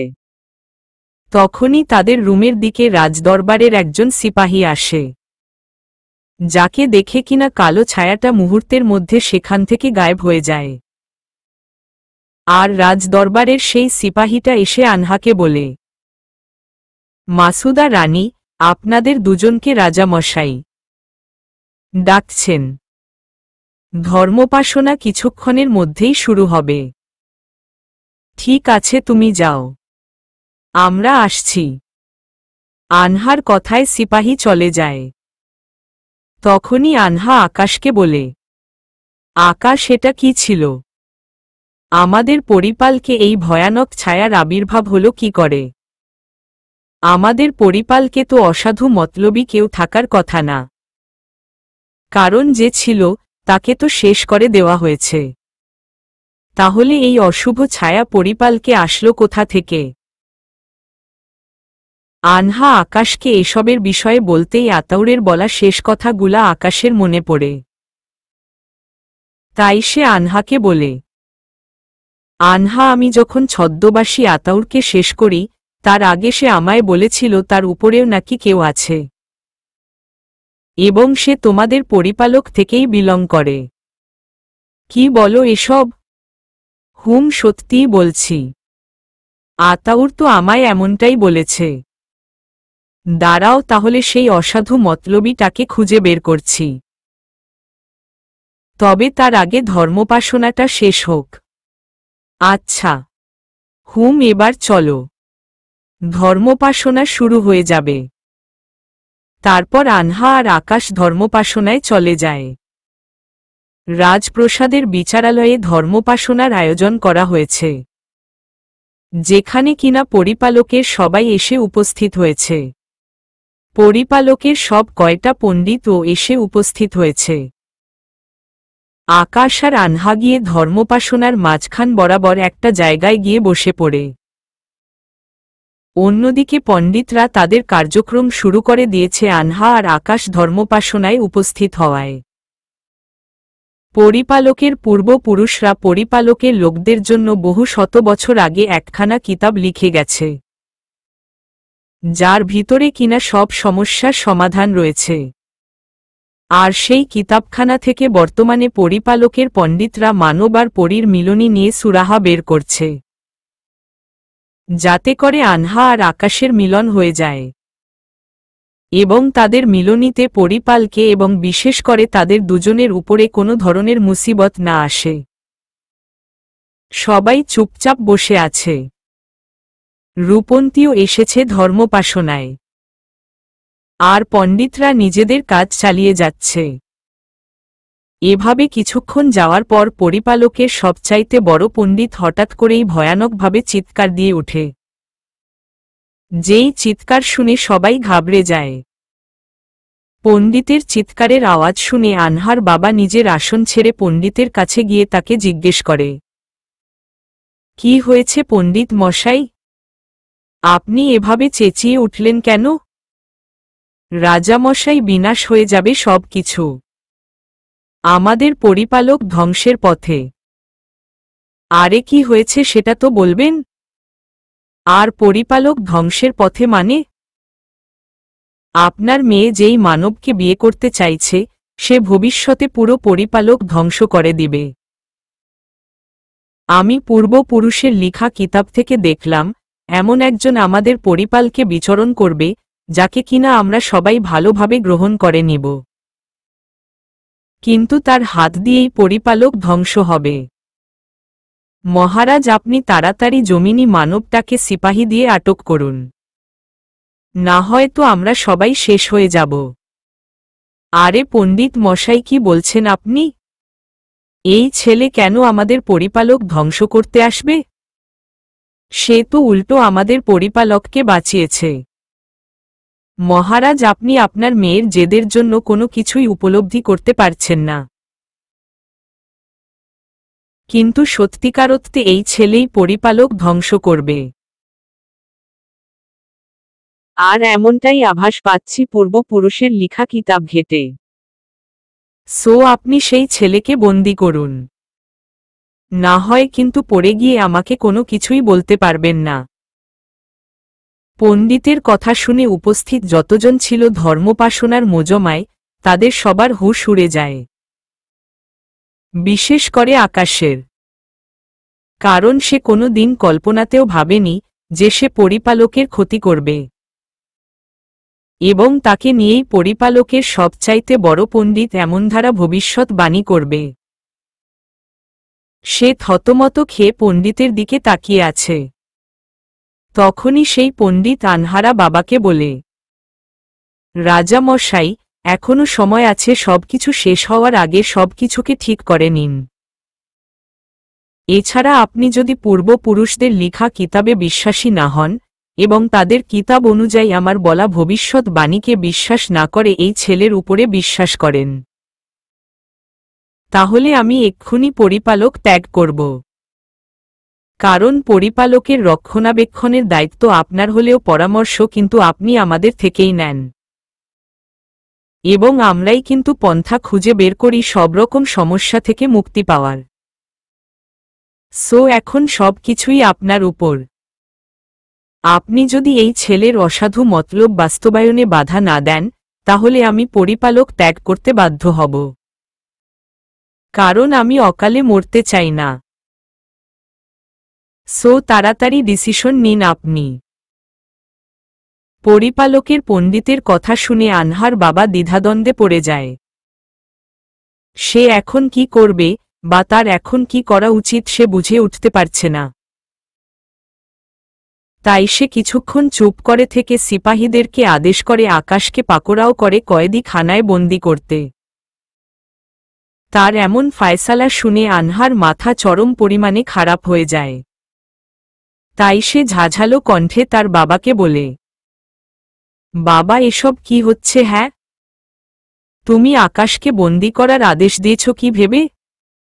সে কি এমন খারাপ কাজ করেছে? হ্যাঁ, আনহা জানি না সে কি খারাপ কাজ করেছে, তবে পরিপালকের পণ্ডিত তো মিথ্যা বলবে না, আর তাছাড়া তিনাকে আমি হারাতেও চাই না। কারণ পরিপালকের সমস্ত বিপদ আপদ থেকে রক্ষা করার উপায় পণ্ডিতরাই বের করেন। তাই তিনার কথায় সহমত পোষণ করে আকাশকে গ্রেফতার করার আদেশ দিয়েছি। বাবা, এই কাজটা একদম ঠিক করলে না। আমি আকাশকে নির্দোষ প্রমাণ করব। ঠিক আছে, করিস, কিন্তু আপাতত তাকে কয়েদি খানায় যেতে হবে।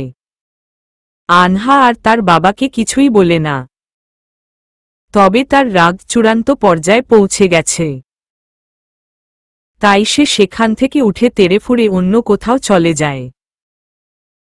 এদিকে আনহার বাবার প্রহরীরা আকাশকে ধরে নিয়ে গিয়ে হাজতে পুরেছে। তবে আকাশ কোনো ধরনের রিয়েক্ট করে না। কিন্তু যদিও সে পণ্ডিতের আচরণে বেশ অবাক হয়েছে, তবে সে আনহার দিকে তাকিয়ে কিছুই বলে না। কারণ আনহার উপরে তার একটা বিশ্বাস আছে যে আনহা তাকে এই খাঁচায় বেশিক্ষণ বন্দি অবস্থায় থাকতে দিবে না। এভাবেই একটা বেলা কেটে যায়। আনহা সেই যে রেগেমেগে কোথায় গিয়েছে সে আর ফিরে আসেনি, এমনকি আকাশের সাথেও দেখা করতে আসেনি। এভাবেই পরিপালকের আলো নিভে গিয়ে অন্ধকার নেমে আসে। মানে সন্ধ্যা ঘনিয়ে এসেছে পরিপালকে। আকাশ মন মরা হয়ে হাজতে বসে আছে আর আনহার কথা ভাবছে। তখনই ঘুটঘুটে অন্ধকারের মধ্যে কেউ একজন এসে হাজির হয় আকাশের সামনে। আকাশ কারোর উপস্থিতি টের পেয়ে জিজ্ঞেস করে, কে এখানে? আরে আমি রূপন্তী। এই তুমি অন্ধকারের মধ্যে এখানে এসেছ কেন? তোমায় গুরুত্বপূর্ণ কিছু কথা বলার আছে আকাশ, তাই সবার থেকে লুকিয়ে এখানে এসেছি। কি কথা বলো? আকাশ ধর্মোপাসনা যখন হচ্ছিল তখন আমি কোনো এক শয়তানের উপস্থিতি টের পেয়েছি সেই ধর্মোপাসনার মোজমায়। আর সেই শয়তানটা আমাদের কাকাতুয়ার কেউ হবে। কারণ আমাদের কাকাতুয়ার লোকেরা তাদের নিজেদের গোত্রের বা তাদের নিজেদের এরিয়ায় বসবাসকারী সবার উপস্থিতিই বুঝতে পারে। আর আমিও সেই সূত্রে বুঝতে পেরেছি ধর্মোপাসনার মোজমায় আমাদের সেখানকার কেউ একজন ছিল। আর যে ছিল সে অনেক বড় শয়তান এবং আমার থেকেও বেশি শক্তিশালী।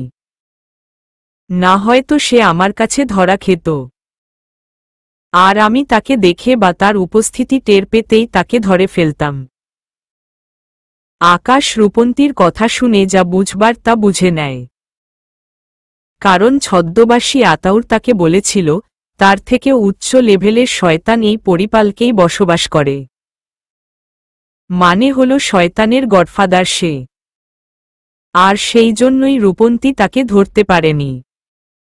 আকাশ সবকিছু বুঝলেও রূপন্তীকে সেই বিষয়ে কিছু বুঝতে দেয় না। তাই রূপন্তী আকাশকে বলে, কি হলো, চুপ করে আছো কেন আকাশ? কিছু তো বলো। রূপন্তী, আমার জন্য একটা কাজ করো তুমি। কি কাজ? তুমি আনহাকে বলো আমার সাথে দেখা করতে। ঠিক আছে, বলবো। কিন্তু তাকে তো ধর্মোপাসনার মোজমা থেকে উঠে যাওয়ার পর আর কোথাও দেখতে পাইনি। মেয়েটা হয়তো মন মরা হয়ে কোথাও বসে আছে। তুমি প্লিজ তাকে খুঁজে বের করে আমার সাথে জরুরিভাবে দেখা করতে বলো। আচ্ছা ঠিক আছে, তুমি টেনশন করিও না। আমি তাকে খুঁজে বের করে তোমার সাথে দেখা করার কথা বলছি। হুম। আচ্ছা, চলে গেলাম আমি। আচ্ছা। রূপন্তী আকাশের কাছ থেকে এসে আনহার খোঁজ করতে শুরু করে। অনেক খোঁজাখুঁজির পর সে আনহাকে দেখতে পায়। আনহা মন মরা হয়ে রাজ্যের একদম সর্বচূড়ায় উঠে একা একা বসে আছে। মানে হল রাজভবনের ছাদে আনহা একা একা বসে আছে। সে আনহার কাছে গিয়ে আকাশের বার্তা তার কাছে পৌঁছে দেয়। অপরদিকে আনহার বাবা পরিপালকের সবচাইতে বড় পণ্ডিতকে আকাশের বিষয়ে জিজ্ঞেস করে, আচ্ছা পণ্ডিত মশাই, ছেলেটাকে কি করবেন? তাকে তো আপনার কথা মতন বন্দি বানিয়েছি। আগামীকাল সন্ধ্যায় আবারও একটা মোজমা তৈরি করব।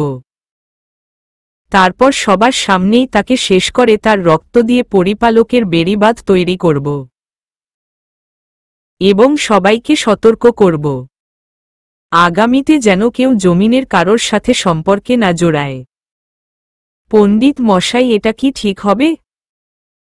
আমার কেন জানি মনে হচ্ছে ছেলেটা এমন না।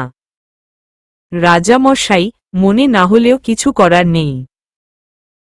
কারণ আমাদের পূর্ণপুরুষরা কখনো বানোয়াট কিছু লিখবে না কিতাবের মধ্যে। কারণ তারা আগেও পরিপালক রক্ষা করে গেছে। এবং তাদের পরবর্তী প্রজন্মের লোকেরা কি করে নিজেদেরকে রক্ষা করবে এবং কি করে পরিপালককে রক্ষা করবে সেই নিয়ম কানুনও বলে গেছে। তাই আমরা তাদের নিয়ম কানুন এই অনুসরণ করব। ঠিক আছে পণ্ডিত মশাই, আপনার পরামর্শ মতেই সব হবে। আনহার বাবা আর পণ্ডিত কথা বলছিল। এমন সময় আনহা তার বাবার কক্ষে আসে। যদিও বা তার যাওয়ার কথা ছিল আকাশের কাছে, কিন্তু সে জরুরি একটা কথা বলার জন্য আকাশের কাছে না গিয়ে তার বাবার কাছে আগে আসে।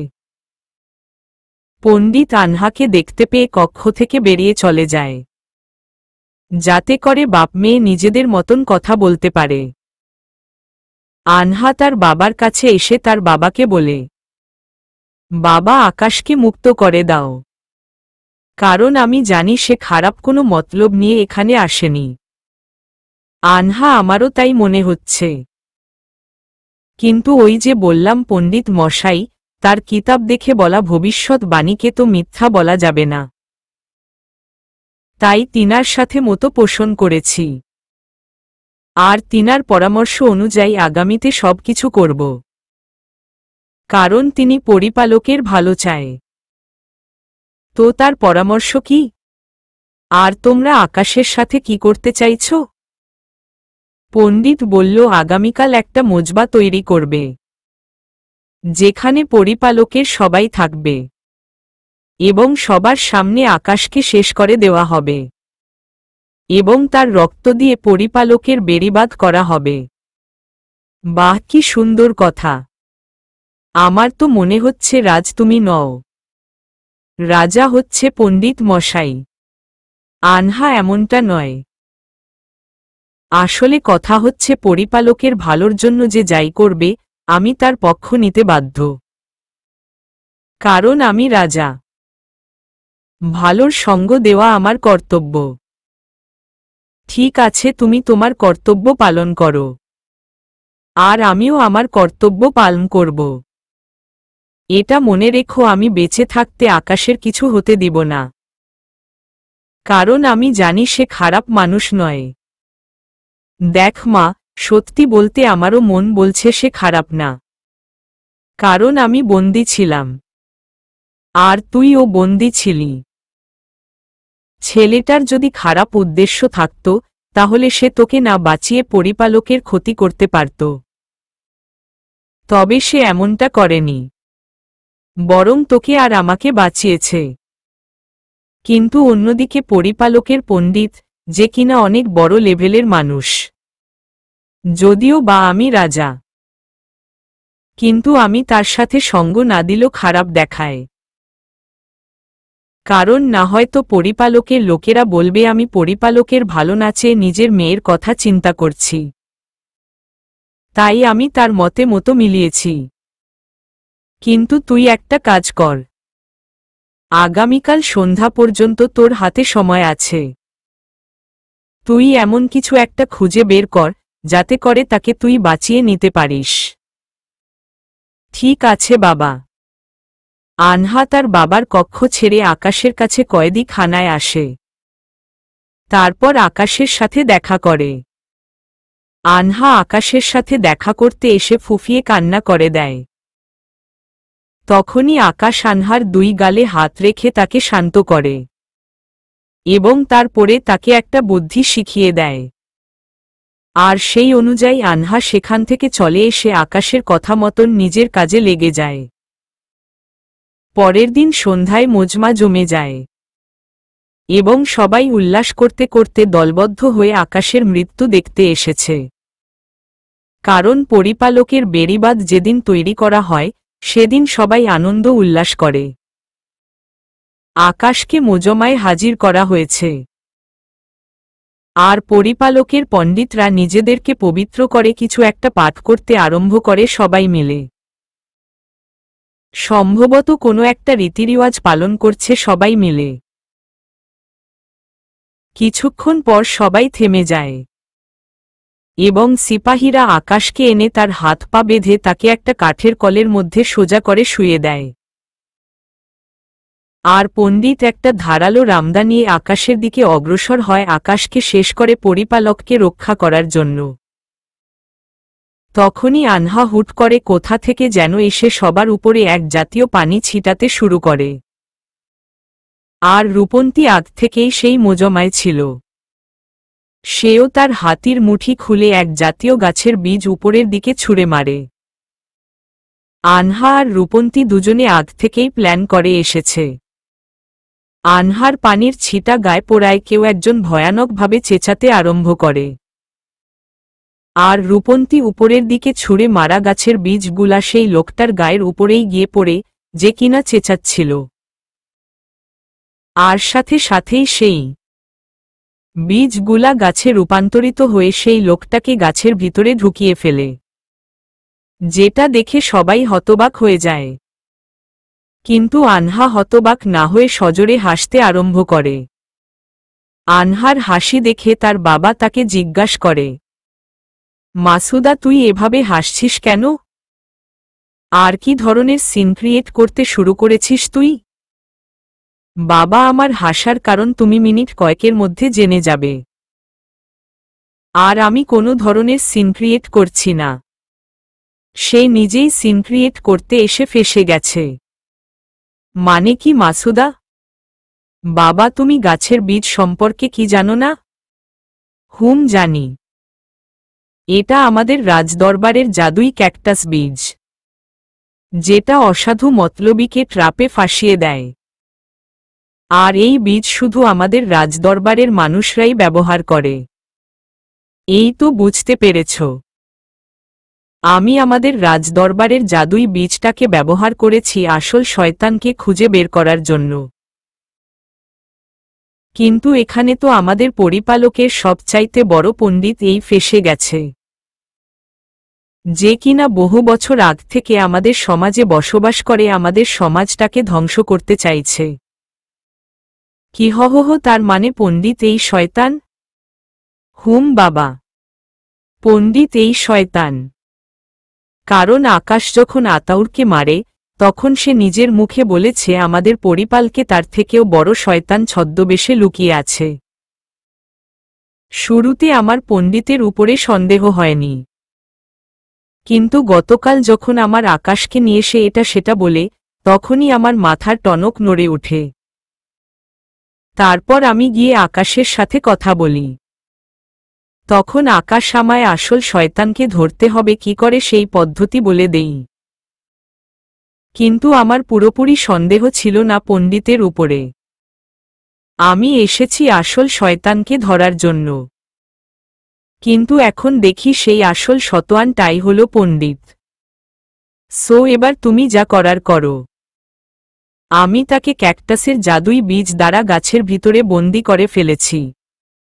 তবে তার শরীর কিন্তু এখন একটা কালো ছায়া, যেই ছায়াটা আগেও আমাদের দুজনের সামনে এসেছে, এবং আমাদের জাদুই নহরের পানির কারণে তার শরীরের আকৃতি বদলে গিয়ে তার আসল রূপ ধারণ করেছে।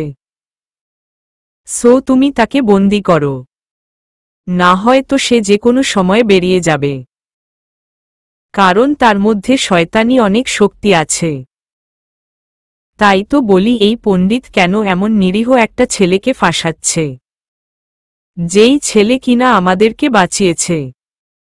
তার কিছু করার হলে তো সে বহু আগেই করত। তার আমাদেরকে বাঁচানোর কোনো প্রয়োজন ছিল না। আর তাছাড়া আমি ছোটকালে আমাদের পূর্বপুরুষদেরকে দেখেছি মানুষের সাথে পরীর মিলন করিয়ে দিতে। তখন তো কোনো সমস্যা হয়নি। কিন্তু এখন এসে কিনা এই পণ্ডিত নতুন করে ফতোয়া দিচ্ছে। বাবা, এখন এত সময় নেই, তুমি তাকে বন্দি করো। করছি। তবে তার আগে আরেকটা বিষয় ক্লিয়ার করে নেই। এই মোজমায় যত কয়জন পণ্ডিত আছেন, সবাই কিতাব দেখে একটু বের করেন তো মানবপরীর মিলনে এমন কোনো সংকেত আছে কিনা, এবং পণ্ডিত যেই ভবিষ্যৎ বাণী করেছে সেই বিষয়ে কোনো ইঙ্গিত আছে কিনা। আনহার বাবার কথায় সবাই নিজেদের কিতাবাদি খুলে দেখতে আরম্ভ করে। কিছুক্ষণ পর সবাই একত্রে হয়ে জানায়, কিতাবে এমন কিছুই লেখা নেই যেখানে একজন ব্যক্তি আমাদের সমাজে বিচরণ করবে এবং আমরা তাকে ভালোভাবে গ্রহণ করব, কিন্তু পরিশেষে সেই আমাদের ক্ষতি করে বসবে।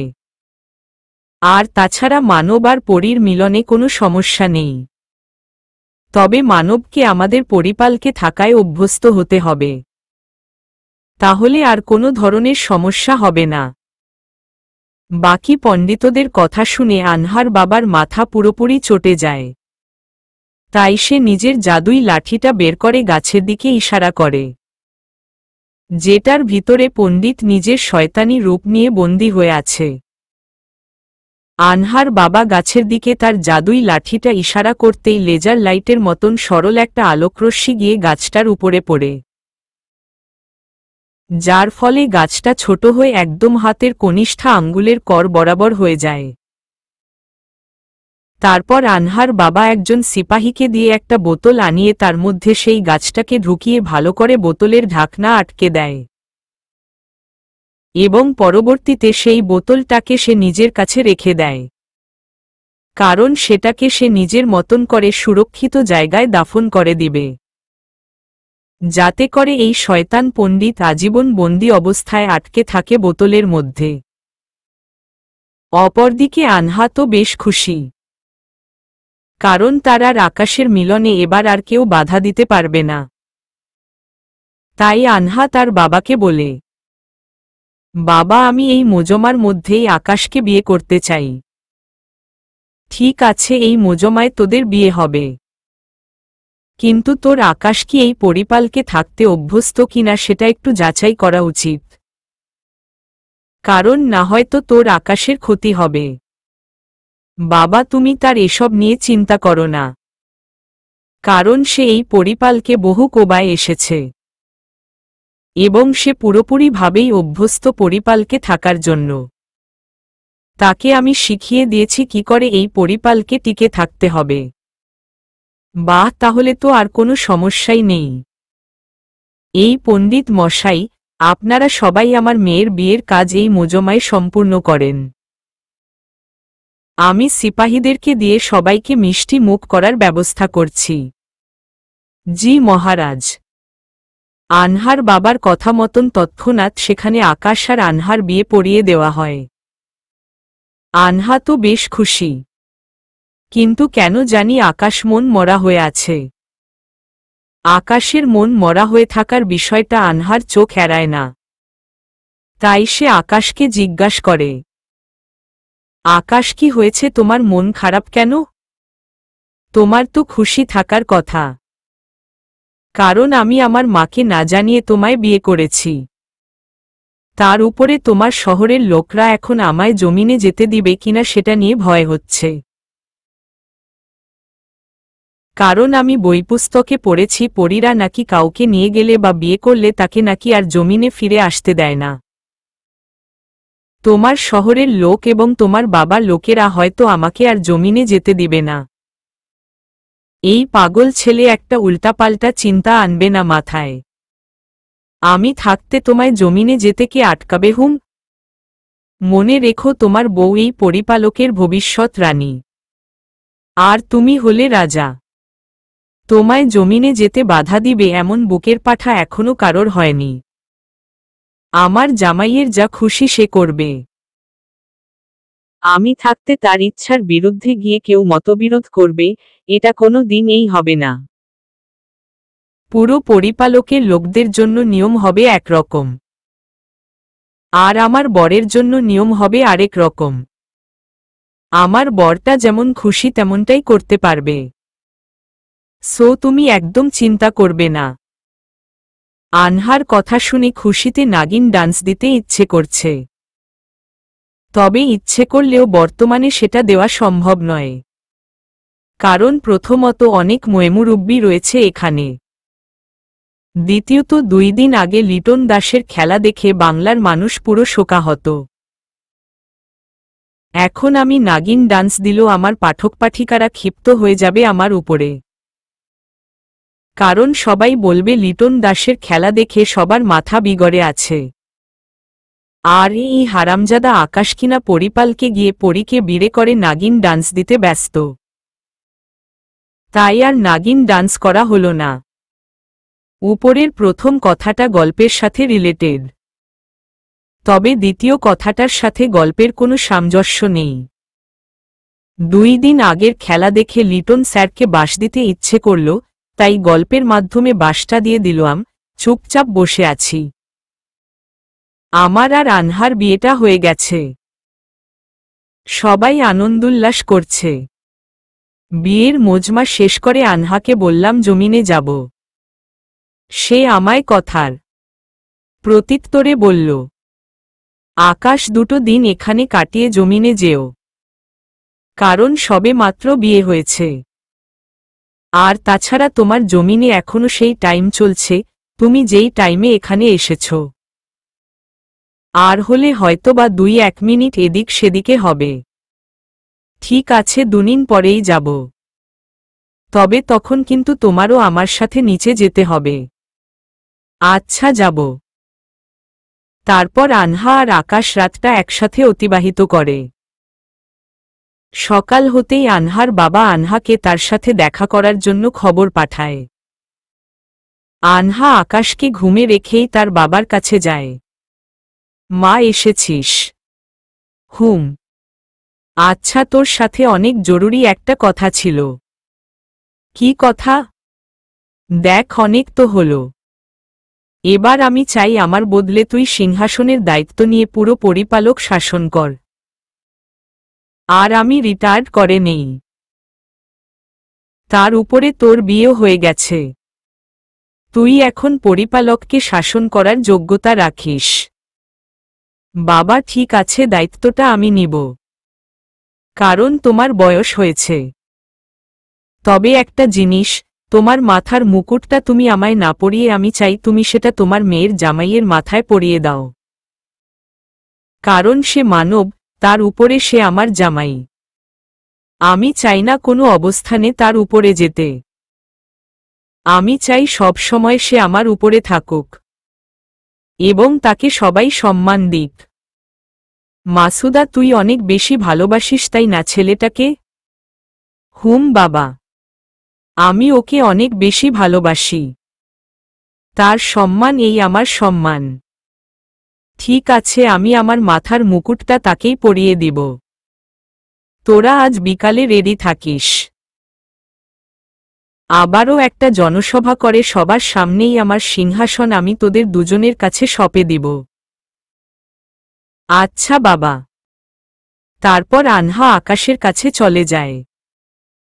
বিকাল হতেই বিশাল বড় একটা জনসভা করে আনহার বাবা দুজনের কাছে সিংহাসন বুঝিয়ে দেয়। তবে তার মাথার মুকুটটা সে আনহার কথা মতন আকাশের মাথায় পরিয়ে দেয়, যেটা দেখে আকাশ খুশিতে কান্না করে দেয়। কারণ সে বুঝে গেছে আনহাই তাকে সবার উপরে দেখতে চায়।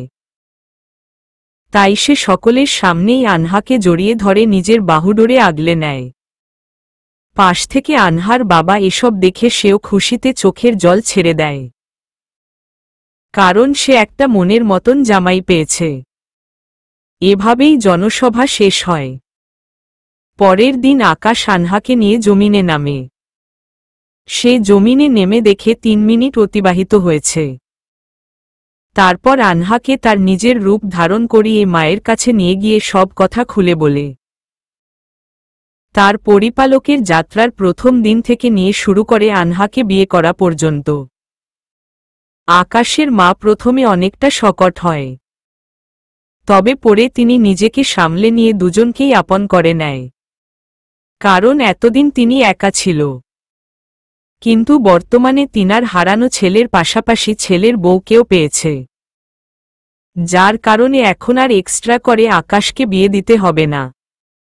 মা, ছেলে এবং ছেলের বউ সবাই খুশিতে আত্মহারা। এই খুশির মধ্যে দিয়েই রাতটা কেটে যায়। পরের দিন আকাশের আসল মা তার পালিত মা বাবাকে খবর দিয়ে বাসায় আসতে বলে। বাসায় আসার পর আকাশের বিয়ের কথা তিনি আকাশের পালিত মা বাবাকে বলে। তবে আনহার বিষয়ে খোলাসা করে না। আনহাকে দেখে শুনে বিয়ে করিয়েছে এমনটাই বলে। আকাশের পালিত বাবা আকাশের বর্তমান অবস্থা দেখে খুবই আফসোস করে। তবে এখন আর আফসোস করলে লাভ কোথায়? সন্তানকে তুচ্ছতাচ্ছিল্য করলে তো আফসোস এই হবে। তিনি শরমে আকাশের সামনে যায় না। তবে আকাশ তার পালিত বাবার কাছে গিয়ে পায়ে ধরে সালাম করে দোয়া চায় এবং নিজের মন থেকে সমস্ত সংশয় দূর করে ফেলে। আকাশের পালিত বাবা নিজের কর্মের জন্য মুখে কিছুই বলতে পারে না। তাই তিনি আকাশের মাথায় হাত বুলিয়ে দিয়ে একাই সেখান থেকে নিজের বাসায় চলে যায়। আকাশও বুঝতে পারে যে তার বাবা হয়তো তার কৃতকর্মের জন্য লজ্জিত। তাই সেও আর বিষয়টা নিয়ে বেশি একটা মাখামাখি করে না। এভাবেই দিন কাটতে থাকে। আকাশ আর আনহা এখন জমিনেই থাকে। তারা দিনের একটা টাইম করে শুধু পরিপালকে যায়। তবে জমিনের সেই টাইমটা পরিপালকের অনেক দিনের সমান। দেখতে দেখতে 1 বছর কেটে যায়। আনহা মা হতে চলেছে। আকাশের অনাগত সন্তান আনহার গর্ভে বড় হচ্ছে। এভাবেই আরও কয়েকটা দিন কাটে। আকাশের অনাগত সন্তান দুনিয়ায় আসার সময় হয়ে গিয়েছে। তাই আকাশ আনহাকে নিয়ে পরিপালকে চলে যায়। দুজনেই বেশ খুশি যে তাদের সন্তান দুনিয়ায় আসবে। পরিপালকে আসার একদিন পরেই আনহার পেইন শুরু হয়ে দেয়। তাই চটজলদি পরিপালকের ধাত্রীকে ডাকা হয়। তিনি এসে আনহার বাচ্চা দুনিয়ায় আসার কার্যক্রম সম্পন্ন করে। আকাশের ফুটফুটে একটা ছেলে হয়েছে। ধাত্রী রুম থেকে বেরিয়ে এসে আকাশের হাতে তার বাচ্চাকে তুলে দিয়ে চুপচাপ দাঁড়িয়ে থাকে। যেটা দেখে আকাশের মনে খটকা লাগে। তাই সে ধাত্রীকে জিজ্ঞেস করে, মাসুদা কেমন আছে? মহারাজ, মাসুদা রানী আর বেঁচে নেই। কারণ আমি বাচ্চাকে দুনিয়ায় আনার সময় উনার কন্ডিশন অনেক খারাপ ছিল। দুজনের যে কোনো একজনকে বাঁচানো সম্ভব ছিল। আমি মাসুদা রানীকে বাঁচাতে চেয়েছি, কিন্তু তিনি আমায় আদেশ করেছে তিনার বাচ্চাকে যেন দুনিয়ার মুখ দেখাই। তাই বাধ্য হয়ে তিনার কথা শুনতে হয়েছে আমার। আমায় ক্ষমা করবেন মহারাজ। ধাত্রীর মুখে এমন কথা শুনে আমার দুনিয়াদারি যেন অলটপালট হয়ে গিয়েছে। তাই তাড়াতাড়ি বাচ্চাটাকে ধাত্রীর হাতে ধরিয়ে দিয়ে আনহার কক্ষে চলে গেলাম। সেখানে গিয়ে দেখি আনহা সত্যিই এই পৃথিবীর মায়া ত্যাগ করে দিয়ে পরপারে চলে গেছে। আনহার নিথর দেহটাকে দেখে নিজেকে আর সামনে রাখা পসিবল ছিল না। তাই তৎক্ষণাৎ আনহার কক্ষ ছেড়ে এবং পুরো পরিপালক ত্যাগ করে জমিনে চলে আসলাম। জমিনে এসে মাকে জড়িয়ে ধরে পাগলের মতন কান্না করতে আরম্ভ করলাম। এর মধ্যেই পরিপালক থেকে আনহার বাবা মা আমার কাছে ছুটে এসেছে। তারা আমার কাছে বলল, বাবা তুমি হঠাৎ করে জমিনে চলে আসলে কেন? কারণ আনহার নিথর শরীরটা আমার পক্ষে দেখা সম্ভব হচ্ছিল না আর। এই পাগল ছেলে, শান্ত হও তুমি। তোমার বউয়ের কিছুই হয়নি। সে তোমাকে জাস্ট পরীক্ষা করেছে যে তার কিছু হলে তুমি কেমন রিয়েক্ট করো। এই আনহা সবার সামনে প্রকট হ। আকাশের বাবার কথায় আনহা তার বাচ্চাকে কোলে করে নিয়ে জমিনে প্রকট হয়।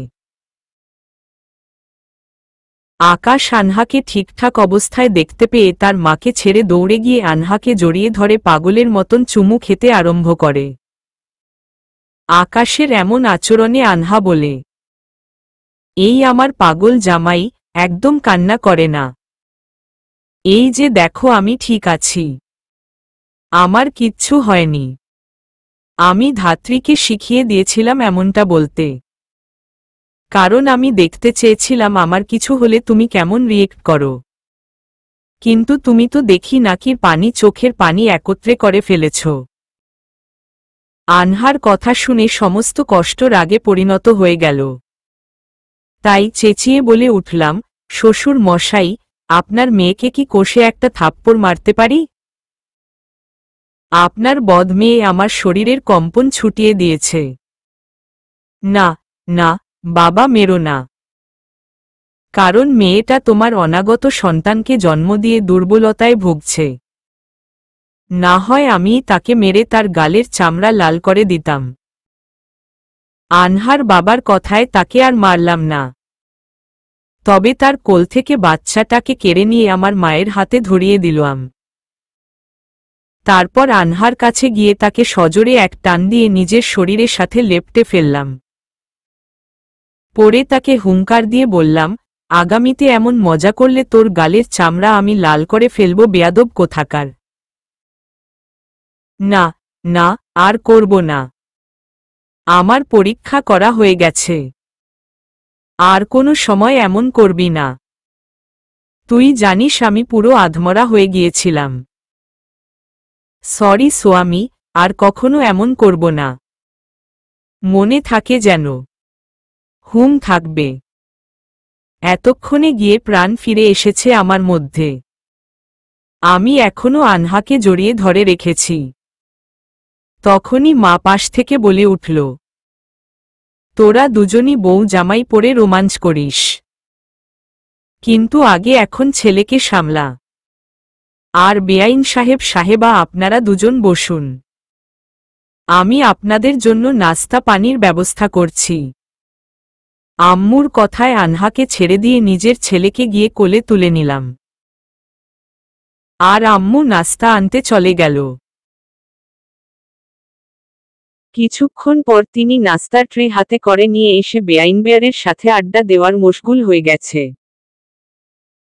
আর আমি আর আনহা নিজেদের বাচ্চাকে নিয়ে খুনসুটি করার ব্যস্ত হয়ে পড়লাম। আর মনে মনে খোদার কাছে আর্জি করলাম, আমাদের এই হাসিখুশি সংসারটা যেন দীর্ঘস্থায়ী হয়। তখনই আনহা সবার আড়ালে আমার কপালে চুমু একে বলল, ও মোর পাগল জামাই, তোমার দোয়া অবশ্যই খোদা কবুল করবে। আমি আনহার আচরণে থ হয়ে তাকিয়ে আছি, কারণ সে এবারও আমার মনের কথা জেনে গিয়েছে। এর মধ্যে আবার পাশ থেকে আমার মা বলে উঠল, আমি কিন্তু দেখে নিয়েছি বৌমা। আম্মুর কথায় আনহা লজ্জায় লাল হয়ে গিয়েছে। আর আমি আনহার লজ্জায় লজ্জিত চেহারাটা দেখে শব্দ করে হাসতে আরম্ভ করলাম। এই হাসির মধ্যেই গল্পের ইতি ঘটল। সমাপ্তি।